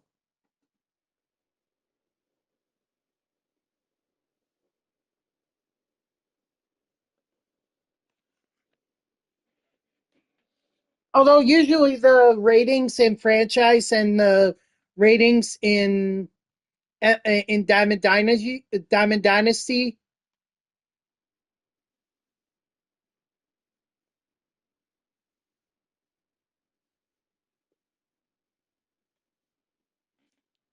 they're usually not that much different.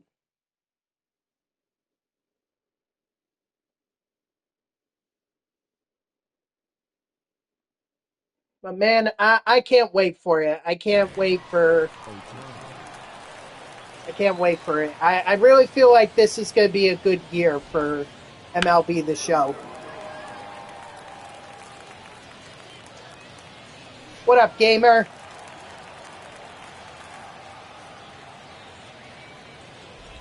I'm assuming you saw the ratings.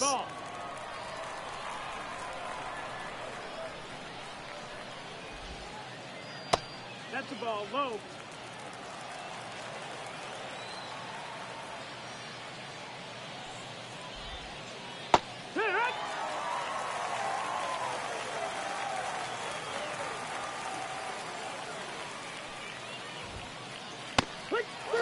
You're now the owner of the Mets. The Rangers fired you.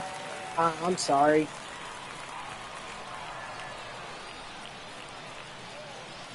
Well, maybe you'll lead the Mets to the World Series now. How'd they do in the last in the season that you got fired? How'd they do in that?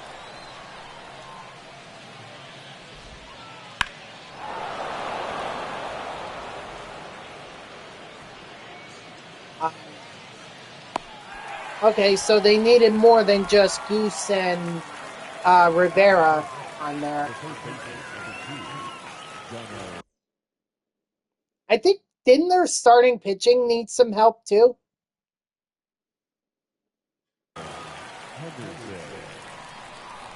I don't remember off the top of my head.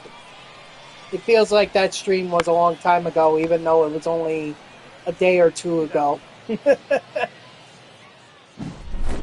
Who ended up winning the World Series then in your franchise?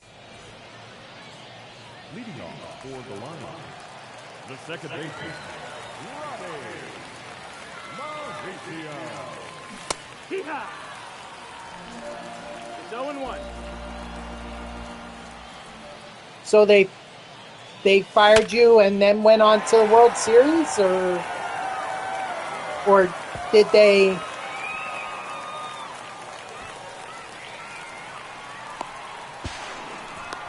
Wow, that sucks.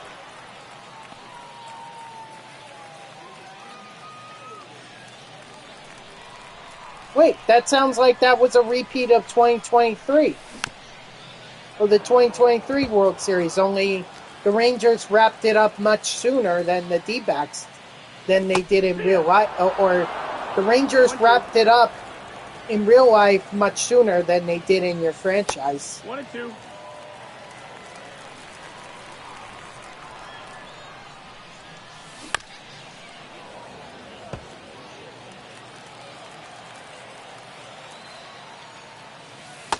That's a ball. 2-2. World Series MVP Ronald Acuna.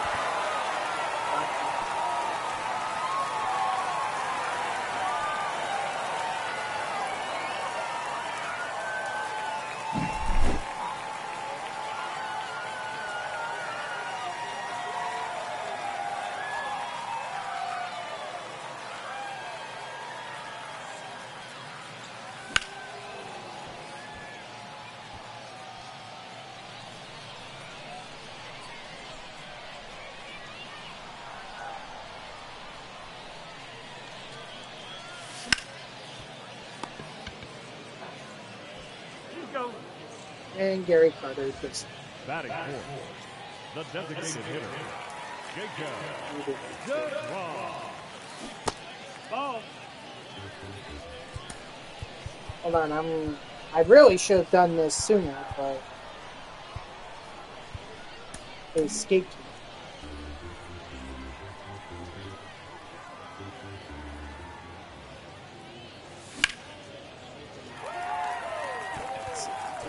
Yep. Definitely going 2 on that one. No, he's safe.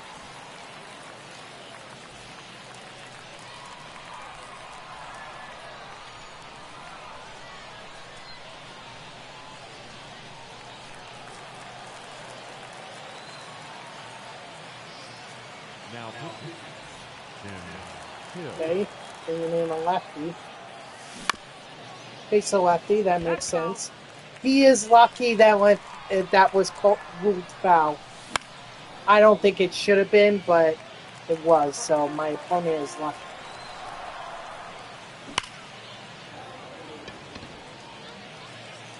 Too bad I'm not making that mistake twice.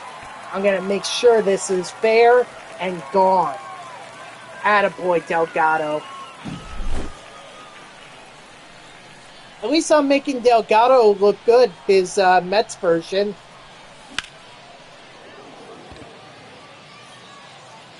Right, Gamer?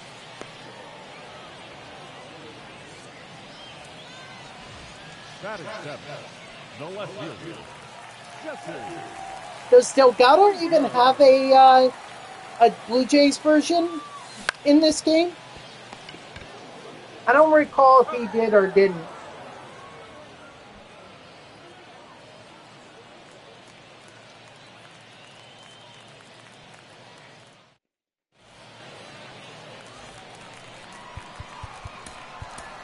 Now pitching, Matt Gay.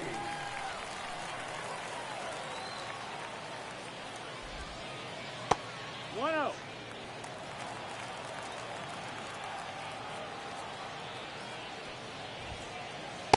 Ball. 2-0.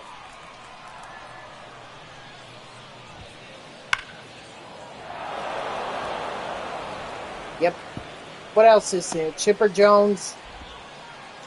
Chipper Jones hits well against me, but I can't hit well with him. Must be a day that ends in Y. Now coming into the big hit, Ronald Acuna Jr. That's inside. Ball.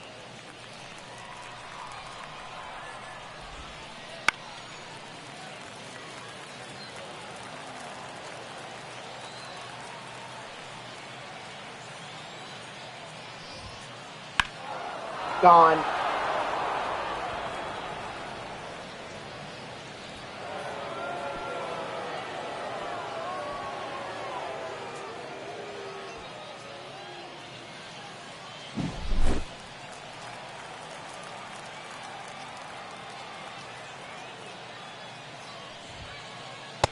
That's the ball.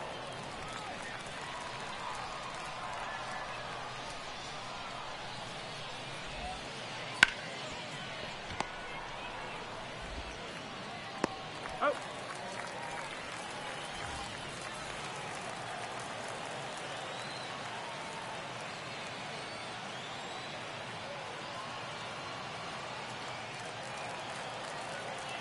No problem. No problem. Listen, your friend, that's way more important. Ball. Talk to your friend, all right? 1-0. It's not going to hurt my feelings whether you're chatting it up in here or not. It's fine with me. As long as you're here, that's all I care about. Hey! 1 and 2 to count.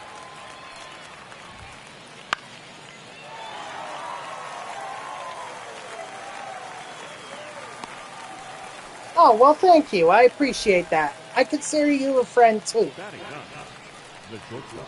Just don't ask me for money. No, I'm kidding.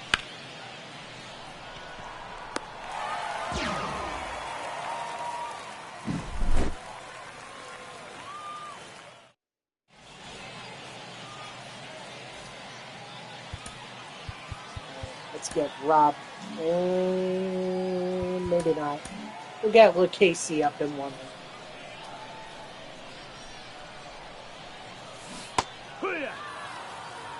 Run. 0-1.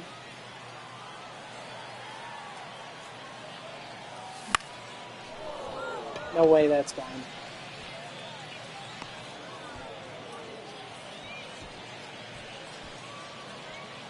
Batting ninth, the center fielder. On a new cut. Oh, wow. Man. Rough, man.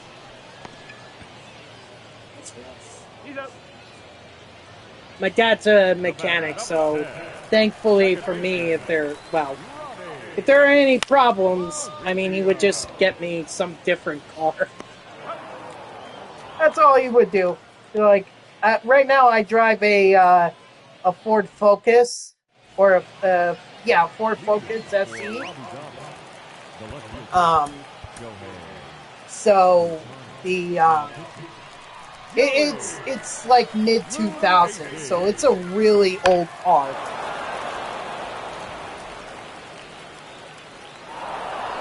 I mean, we're talking about nearly 20 years old at this point.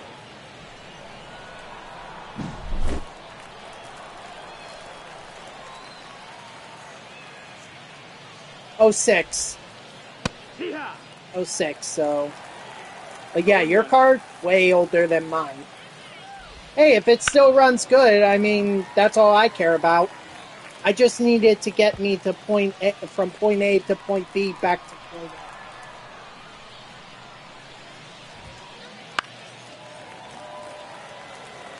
As long as it does that, I don't really care what model it is. I don't care what, I don't care how it looks. The batter is second baseman, Cattell Martin. Just get me to where I need to go. That's all I care about. It's a great way to save money on cars because if you get the older models or the older cars, those are the ones that are the cheaper ones. As long as they don't have issues.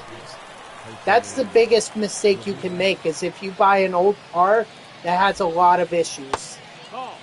I mean, if you have the time to be able to put in a little TLC into it, then by all means, go for it.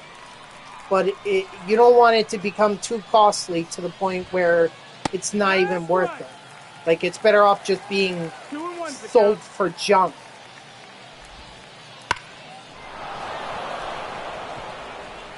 Like I said, I've never really cared.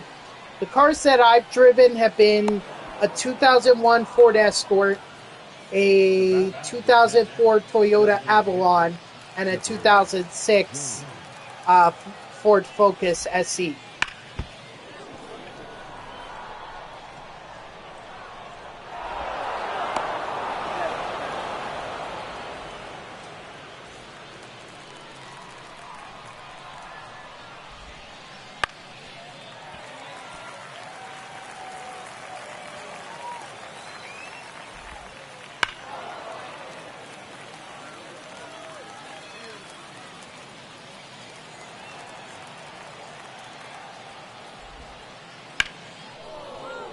Okay, so I survived another inning.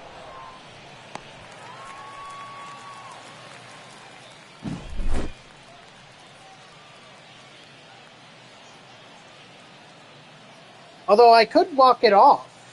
I didn't realize that. I could walk it off against my opponent here.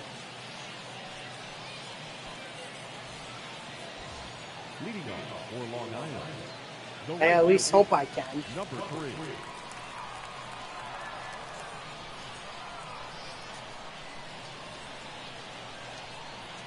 Now pitching, Adam Solera.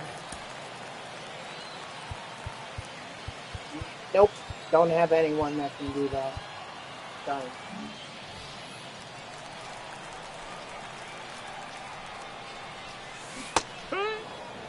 Dude, I just tapped X.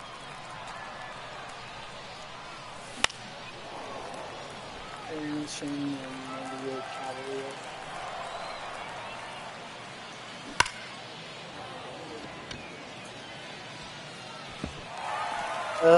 He may get thrown out here. Nope, he's safe.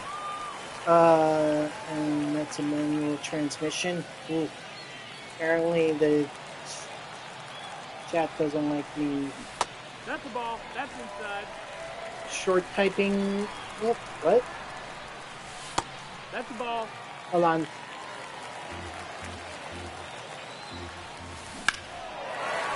Gary Carter.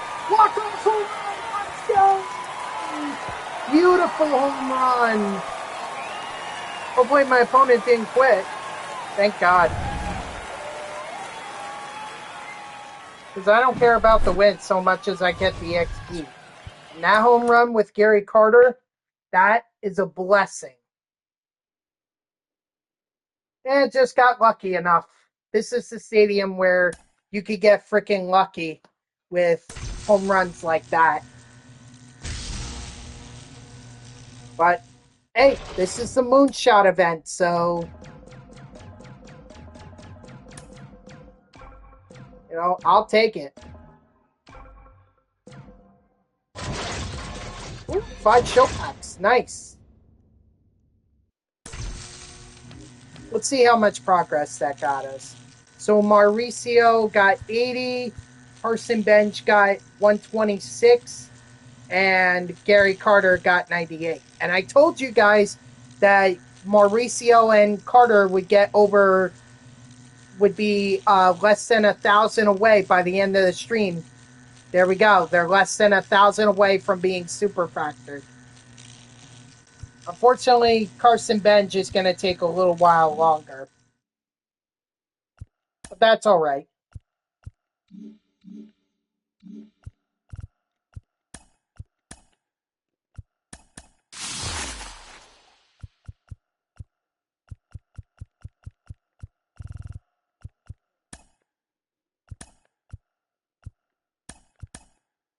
Yep, so...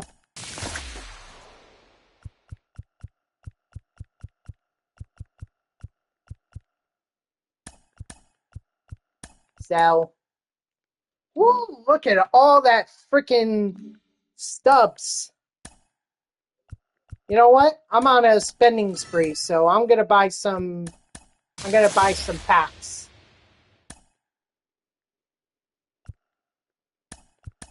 I'll definitely sell that for another 130,000. I practically just paid for it just by getting that freaking card. That's awesome.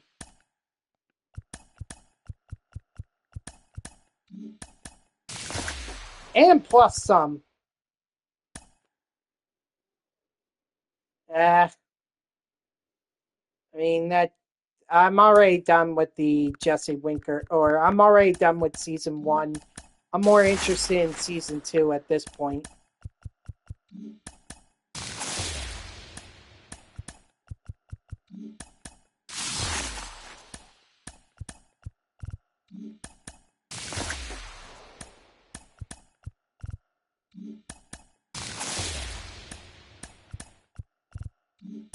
Yeah, everything in terms of what I quick sell at this point, it's all just extra money. Someone wants to pay 130,000 stubs for Carlos Santana season 3 card. I mean, I personally believe the captain card is much more.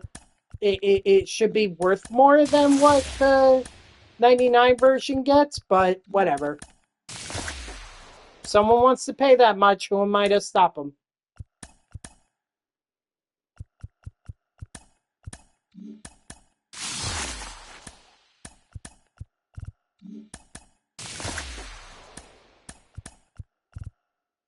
Sweet, Sean Mania.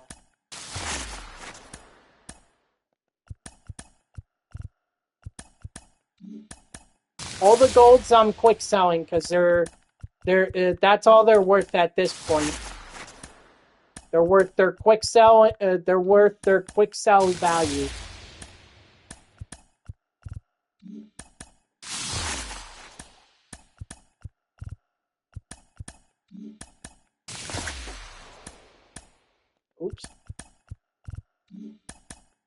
although it would be nice to get another diamond.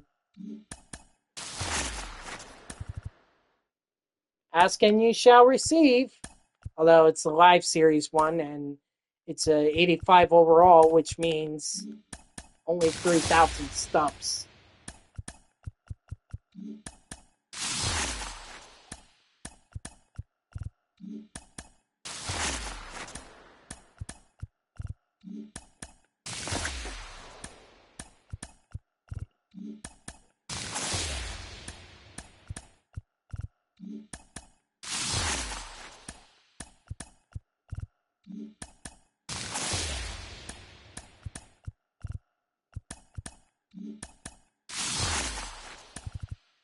Nice. Another diamond. Ah, Brooks Raley. Someone wants to pay 7,000, which, hey, I'll sell them. That's no problem with me.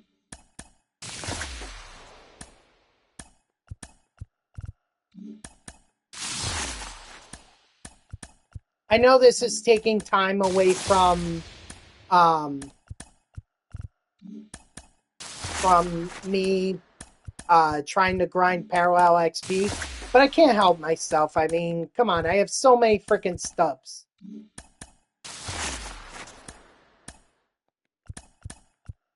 I think for the last one, or the last stream that I do of MLB The Show 24, I'm gonna just buy all the. I'm just gonna buy a lot of stub packs.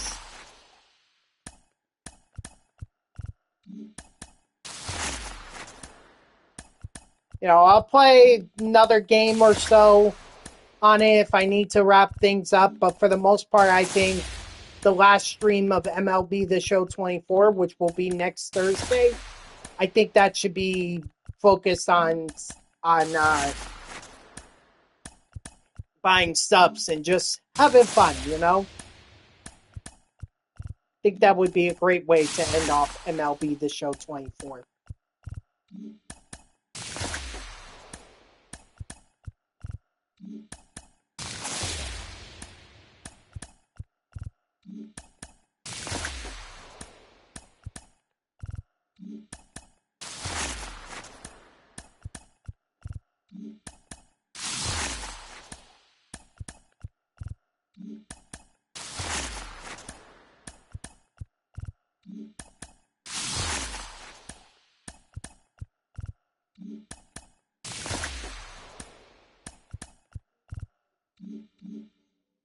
Alright. I think, actually, maybe just one vault. Just one.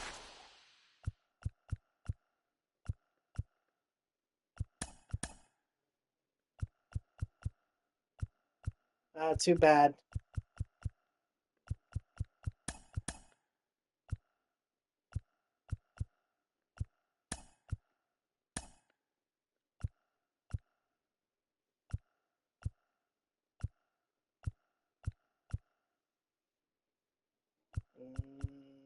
I'm trying to think.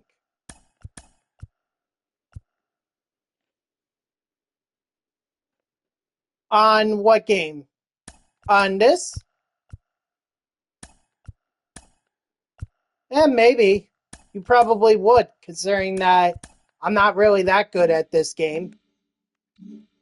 I just play for fun.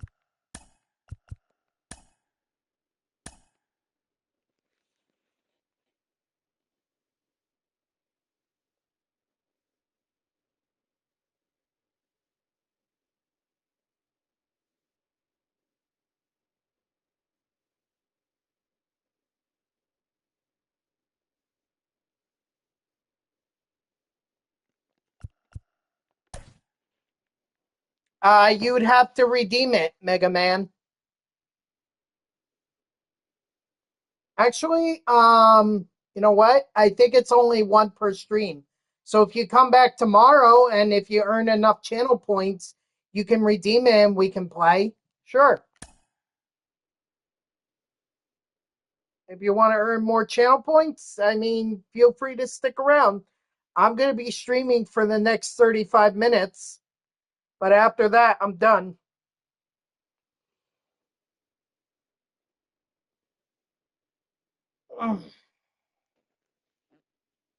Of course, we could always meet up in the event. So if you play against me in the event, you should be able to beat me.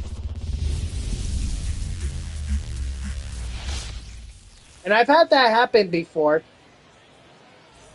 where a lot of my viewers I ended up going up against in the event. So, all right, sounds good, Mega Man. I look forward to our matchup.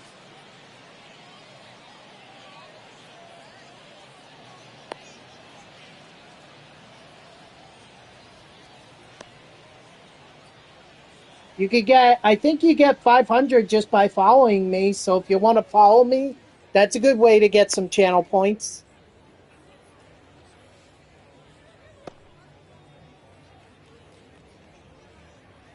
Oh, okay, good. Then you should have gotten 500. It's only 2,000, so let's see.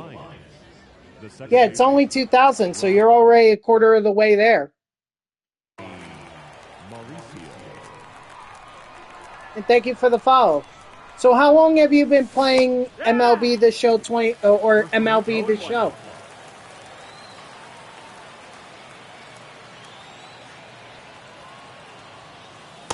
That's the ball.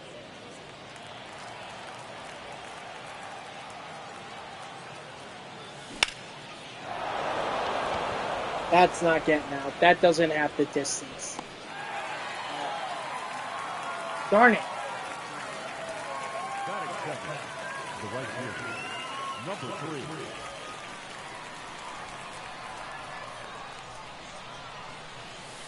1-0.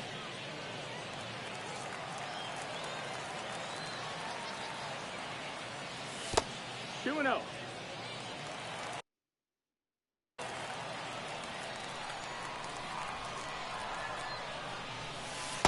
That's the ball.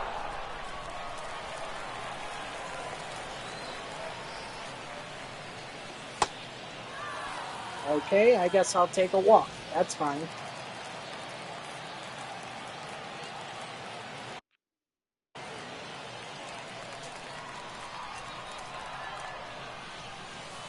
Ball low.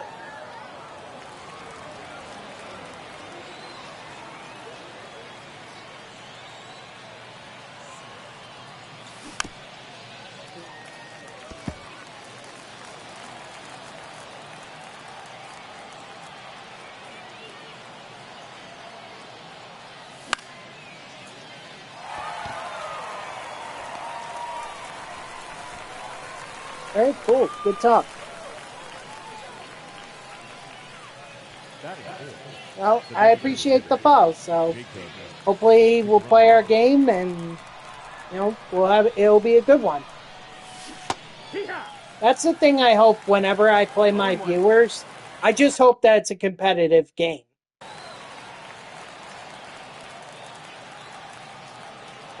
I know I'm terrible at MLB The Show, so that's all I hope for. Just let me be good enough to keep pace. 2-1.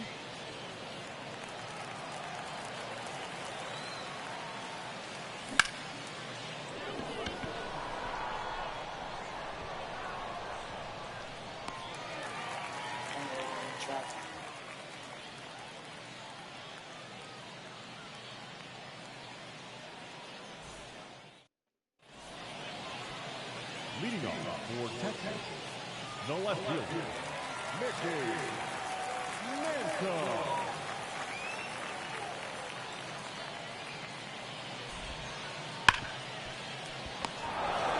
Nice, Mauricio. Batting second, the second baseman, Houseman, Ramirez.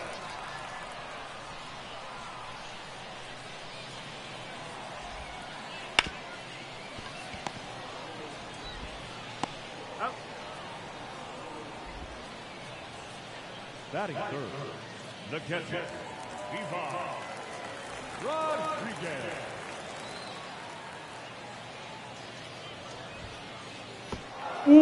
Did not mean to do that.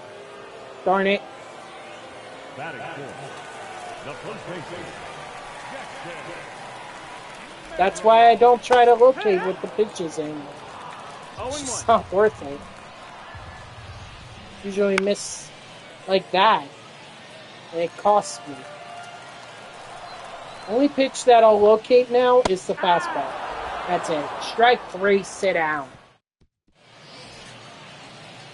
Leading off for Long Island, the first baseman.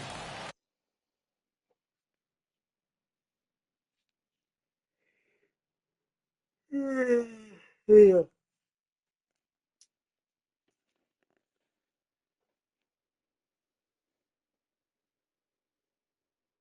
Carlos Delgado.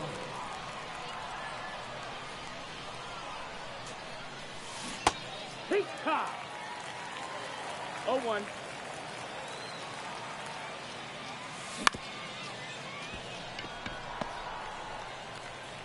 Please go. Batting fifth, the shortstop, Luis Angel Acuna.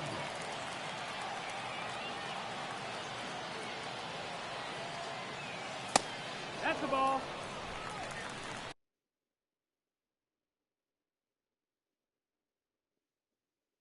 One out. Let me focus on this game. Right now, I'm not really focused.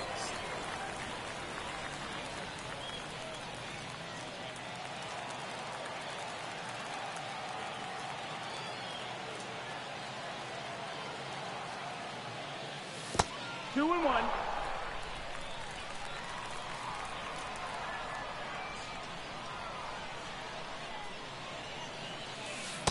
Nope. Ball.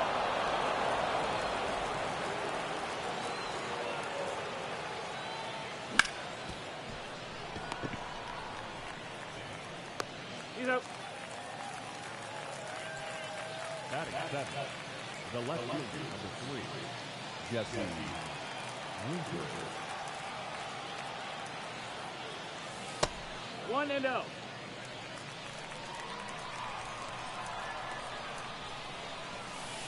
Two and 0.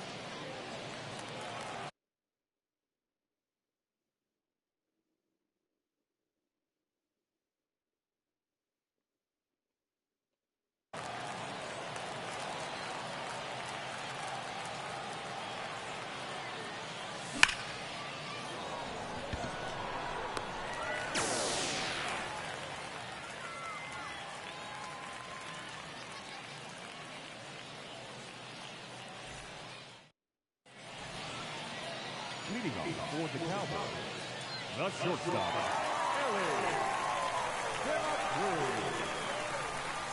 Oh, and I have no one up and warming, of course. Of course, of course, of course.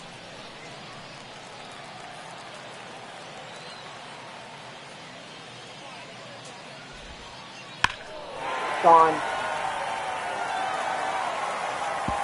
Maybe with a new pitcher, I would have been able to avoid that home run.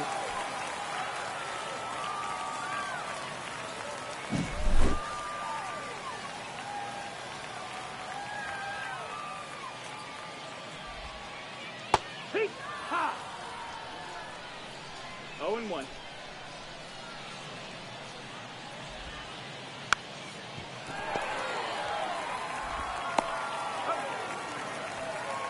Okay. A little odd.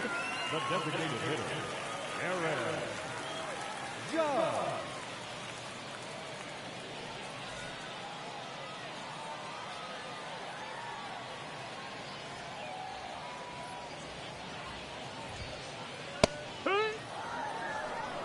It's 0 and 1.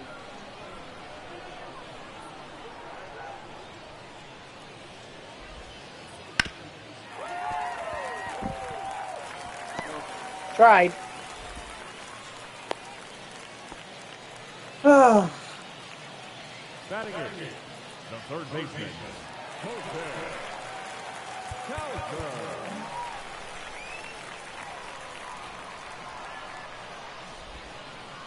Yeehaw! Your ball's one strike. 1 and 1.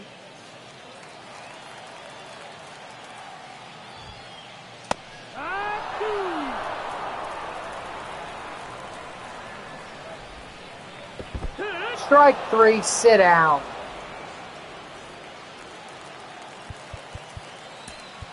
All right, Leahy is ready, so let's get him in here. Hopefully keep that runner from scoring. Right, keep Judge from scoring, excuse me. Now let's see if we can get one more, if we can get a run out of this game, and we still have a chance. We still have a chance. Leading off for the Lions, the third baseman, Jose.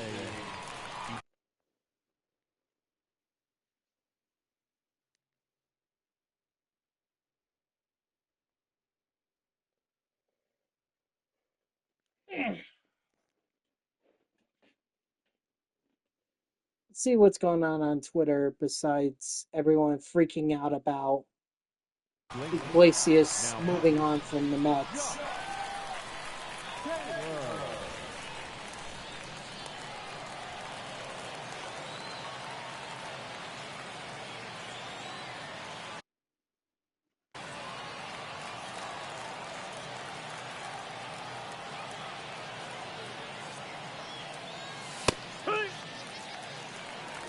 No ball, one strike.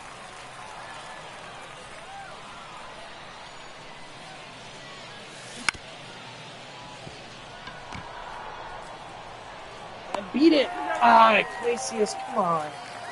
Batting up, the center fielder, number 3, Curtis. 80 speed, not enough.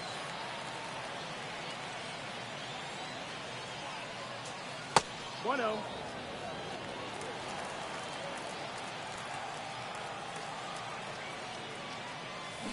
Two no's the count.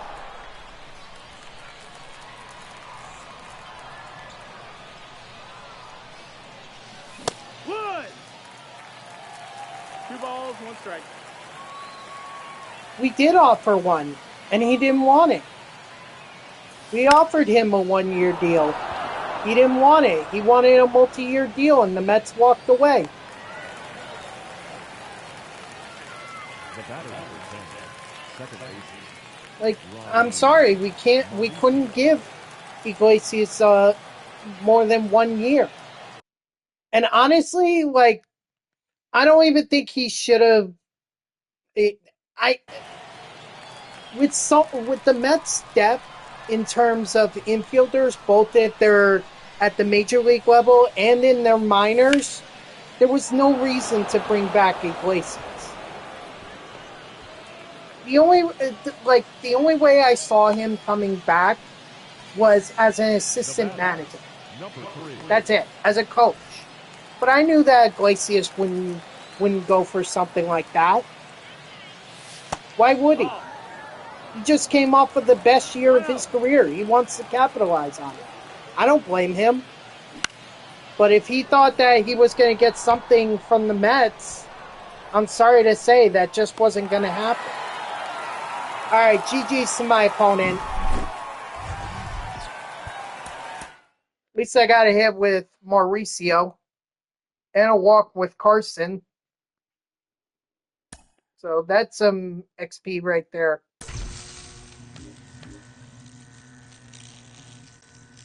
What's up, Woogie? God.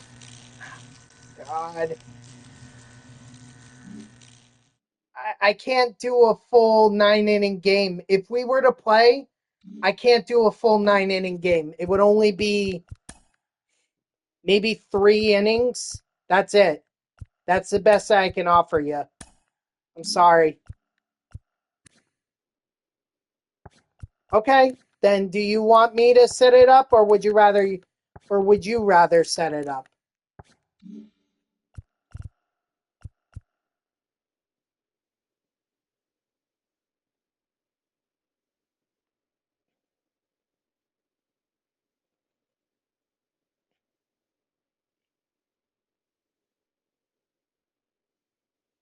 Okay, I'll let you do it.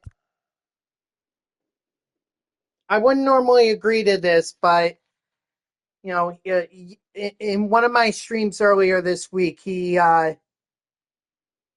donated like 500 or gave me 500 bits. So And he keeps giving me bits. I don't feel like I can ignore that. But it's a 3-inning game, so it's not even a long game.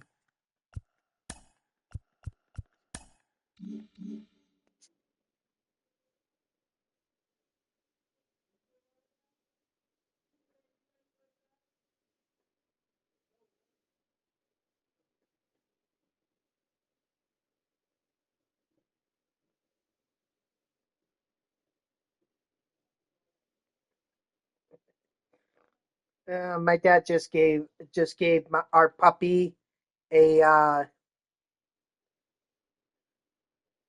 bath. So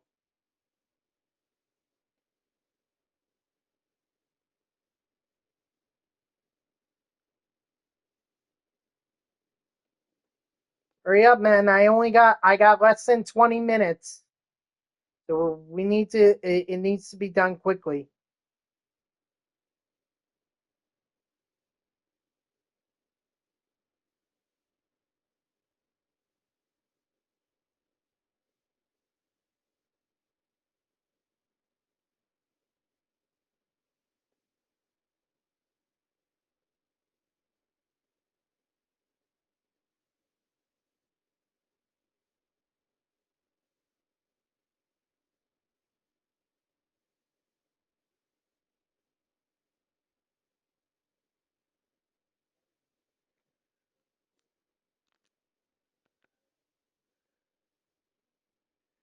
Bits are bits, brother. Now that I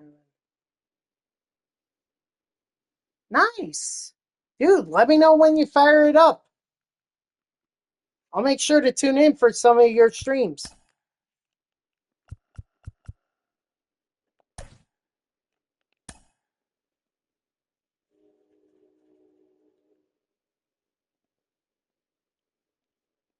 I just feel bad because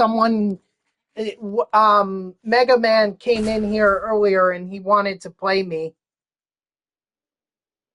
That's why I feel bad, because he wanted to play me. I told him no, because I am wait till either tomorrow or wait till tomorrow to be able to do it. And now here I am playing Woogie. He just asked and donated some bits. So I kind of feel like a little hypocrite.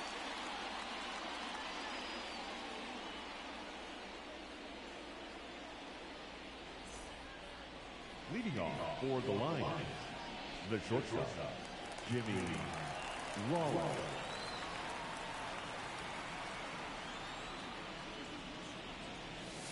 All right. It's 0-1.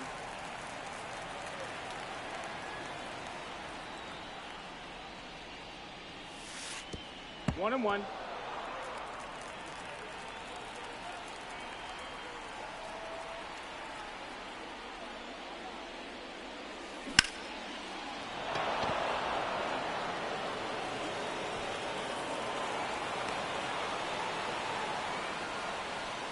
Batting second, the center fielder, number 7, Mickey Mantle.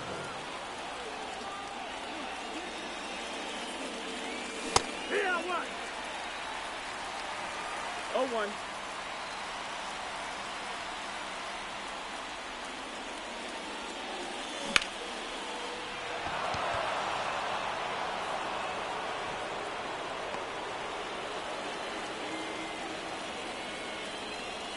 Batting third, the first baseman, number 4, Moonshot. Yeah. 0-1.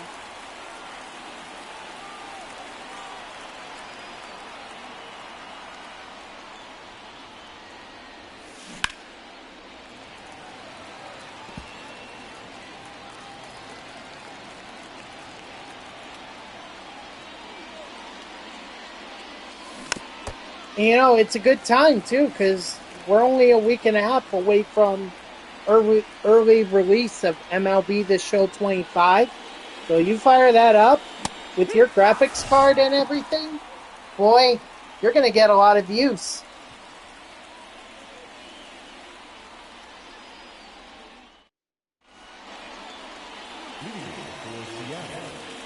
second baseman, Brandon.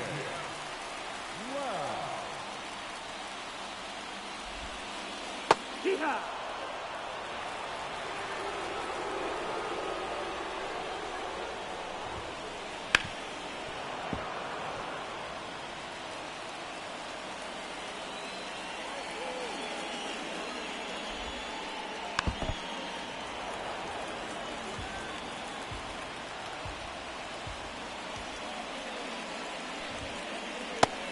Strike 3, sit down. Batting second, the catcher, JT. Real Houston. Wood! No ball, 1 strike. And what, you can't do that before MLB The Show 25 comes out? Batting third, the shortstop, Gunnar Henderson.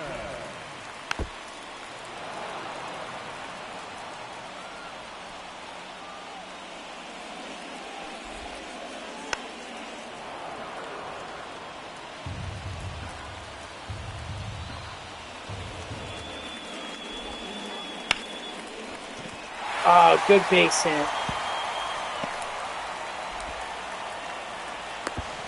Out on the tag.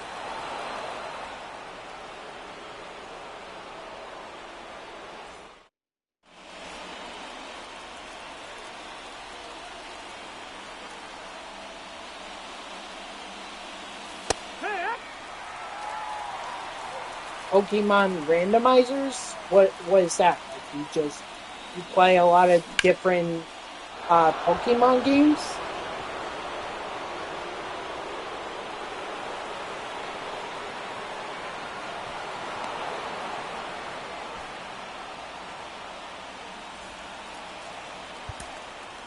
It always amazes me how many different Pokemon games there are. It's like, doesn't it all boil down to the same concept? I don't understand, like, you just get different Pokemon? I asked because a friend of mine streamed them during the COVID-19 pandemic 5 years ago, so I was just curious to see, but randomized. So. Batting fifth, Oh, okay, I get it. So you get random,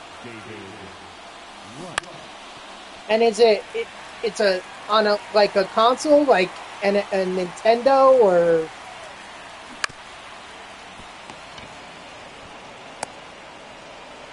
He's in there. Hey!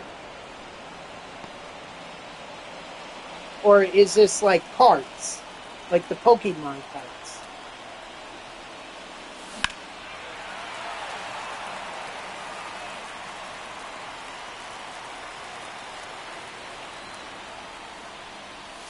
Drag 2! 0-2. No! Oh man, and I had a runner in position. No, it's emulated, but it can be done on console if you know how. Oh, well, clearly I don't know how, so. I mean, heck, I don't even know how to play Pokemon on console or in the cards anyway. It's been a long time. I used to play them when I was younger, but see, the thing was, my friends either wanted to play, they either wanted to play Pokemon or Yu-Gi-Oh! More often than not, it was Yu-Gi-Oh! So when you don't have those cards like I didn't, people tend not to want to play with you.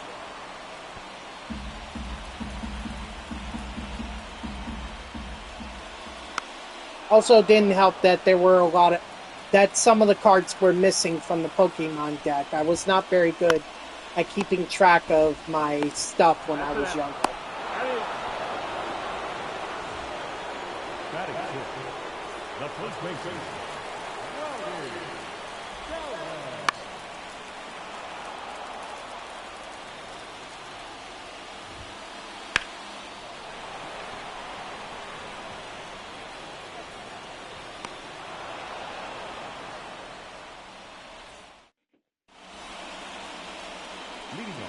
Long Island, the right fielder, Roberto Clemente. Now, Even my, I'll be honest, even my baseball cards, they're a little, I'm trying to organize them, but there are so many from my youth, a lot of Tops and Don Russ and everything. Like, the only way I've separated them is by which ones are the Mets cards and which ones are the ones that I don't really care about.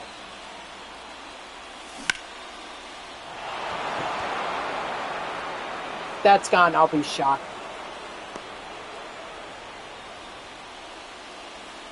Note to self. Get rid of Robin Yount. I don't know. Robin Yount has to be my DH. Why the hell is he my DH?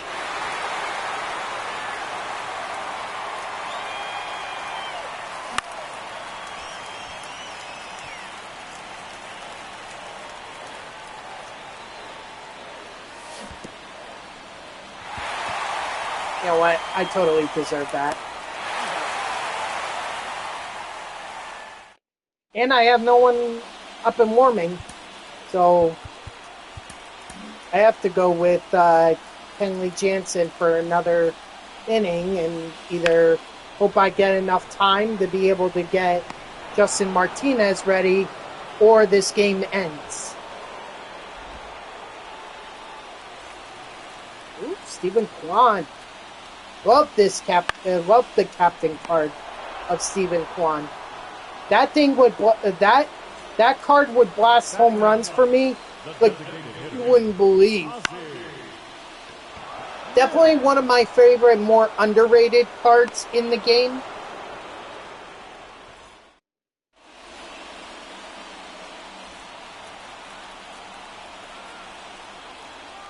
I mean, it was crazy some of the home runs I was hitting with that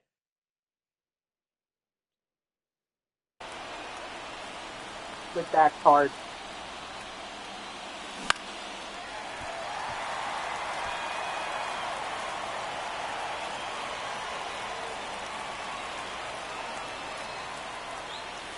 Rescue.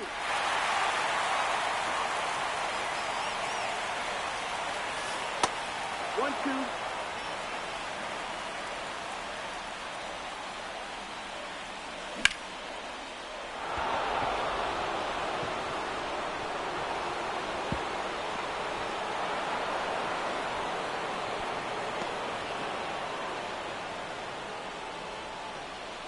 the first baseman, number 4, Moonshot.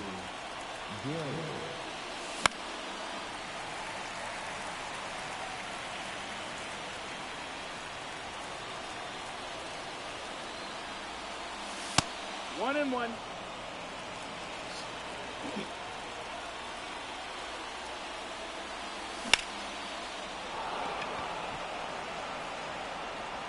Wow, how is that not out?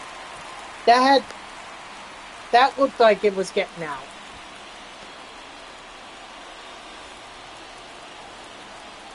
Now pitching, Felix Bautista.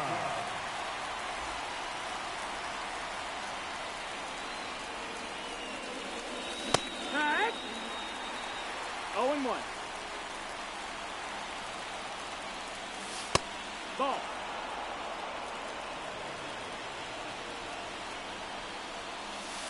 Two and 1.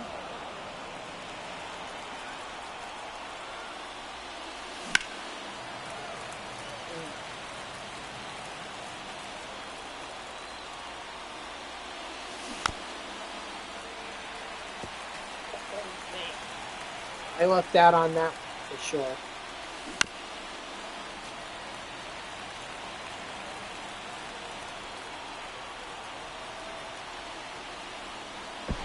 He's in there.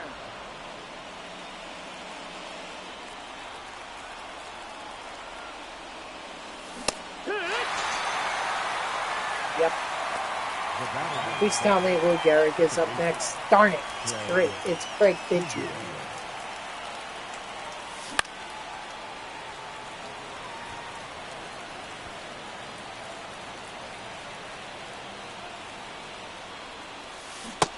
One and 1.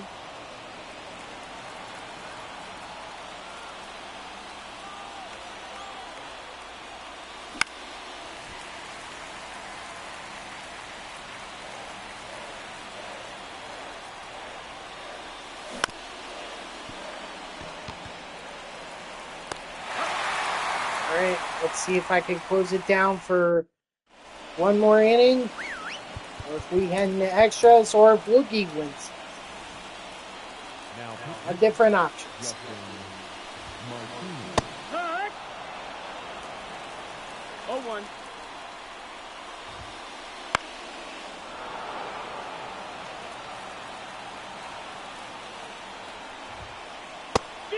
Strike 3, sit down.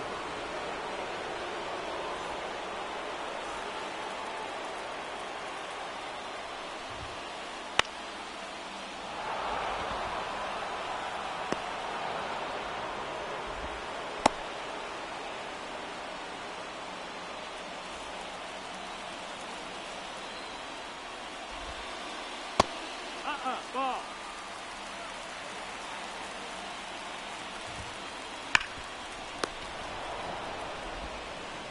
All right, GG's, Woogie. Hopefully next time we'll have a much longer game. Because obviously I'm a little short on time here. I've got 3 minutes left, so now would be a good time to go ahead and start doing my outro. Let me just make sure I don't have any more packs. Very good. All right, guys, that's going to do it for me. So thank you to everyone who tuned in. Even if it was only for a moment, I greatly appreciate it. If you haven't done so already, please be sure to follow me here on Twitch and or subscribe. Either one would make me a happy person. If you're watching this on YouTube, I thank you so much for tuning in. I hope that you liked the video and subscribe to my channel. And if you want to know when I go live, you could follow me on X at TTVNextJGGen24. It's the gamer tag. It's my gamer tag that's on the left side of your screen there. So go give me a follow. I'll usually post whenever I go live. You can also turn on notifications here on Twitch. That way Twitch sends you an email every time I start up a stream. So overall, this was good. I said that Mauricio and Carter were going to get to over 7,000 parallel XP by the time it was done. We did that. I'm glad we did that because now, just even a few games of them hitting home runs, that could really cut that down. And very soon, who knows, maybe they'll be Superfractored by the end of this week, maybe by beginning of next week. We don't have a lot of time left for MLB The Show 24. Only a week and a half. So that leaves me, 5 more streams, 6 more streams, only 18 more hours left to get my Mets lineup Superfractored. I'm going to try my best. Unfortunately, I'm not going to be able to do my rotation. So it looks like the only 3 I've got is Senga, DeGrom, and Seaver. And sorry to Noah Syndergaard, but I don't know if I'm going to get him ready. So I will see you all tomorrow at 3 p.m. Eastern, Thursday, for yet more event grinding. Hopefully more parallel XPing of Gary Carter and Ronnie Mauricio. And until then, guys, have a good night.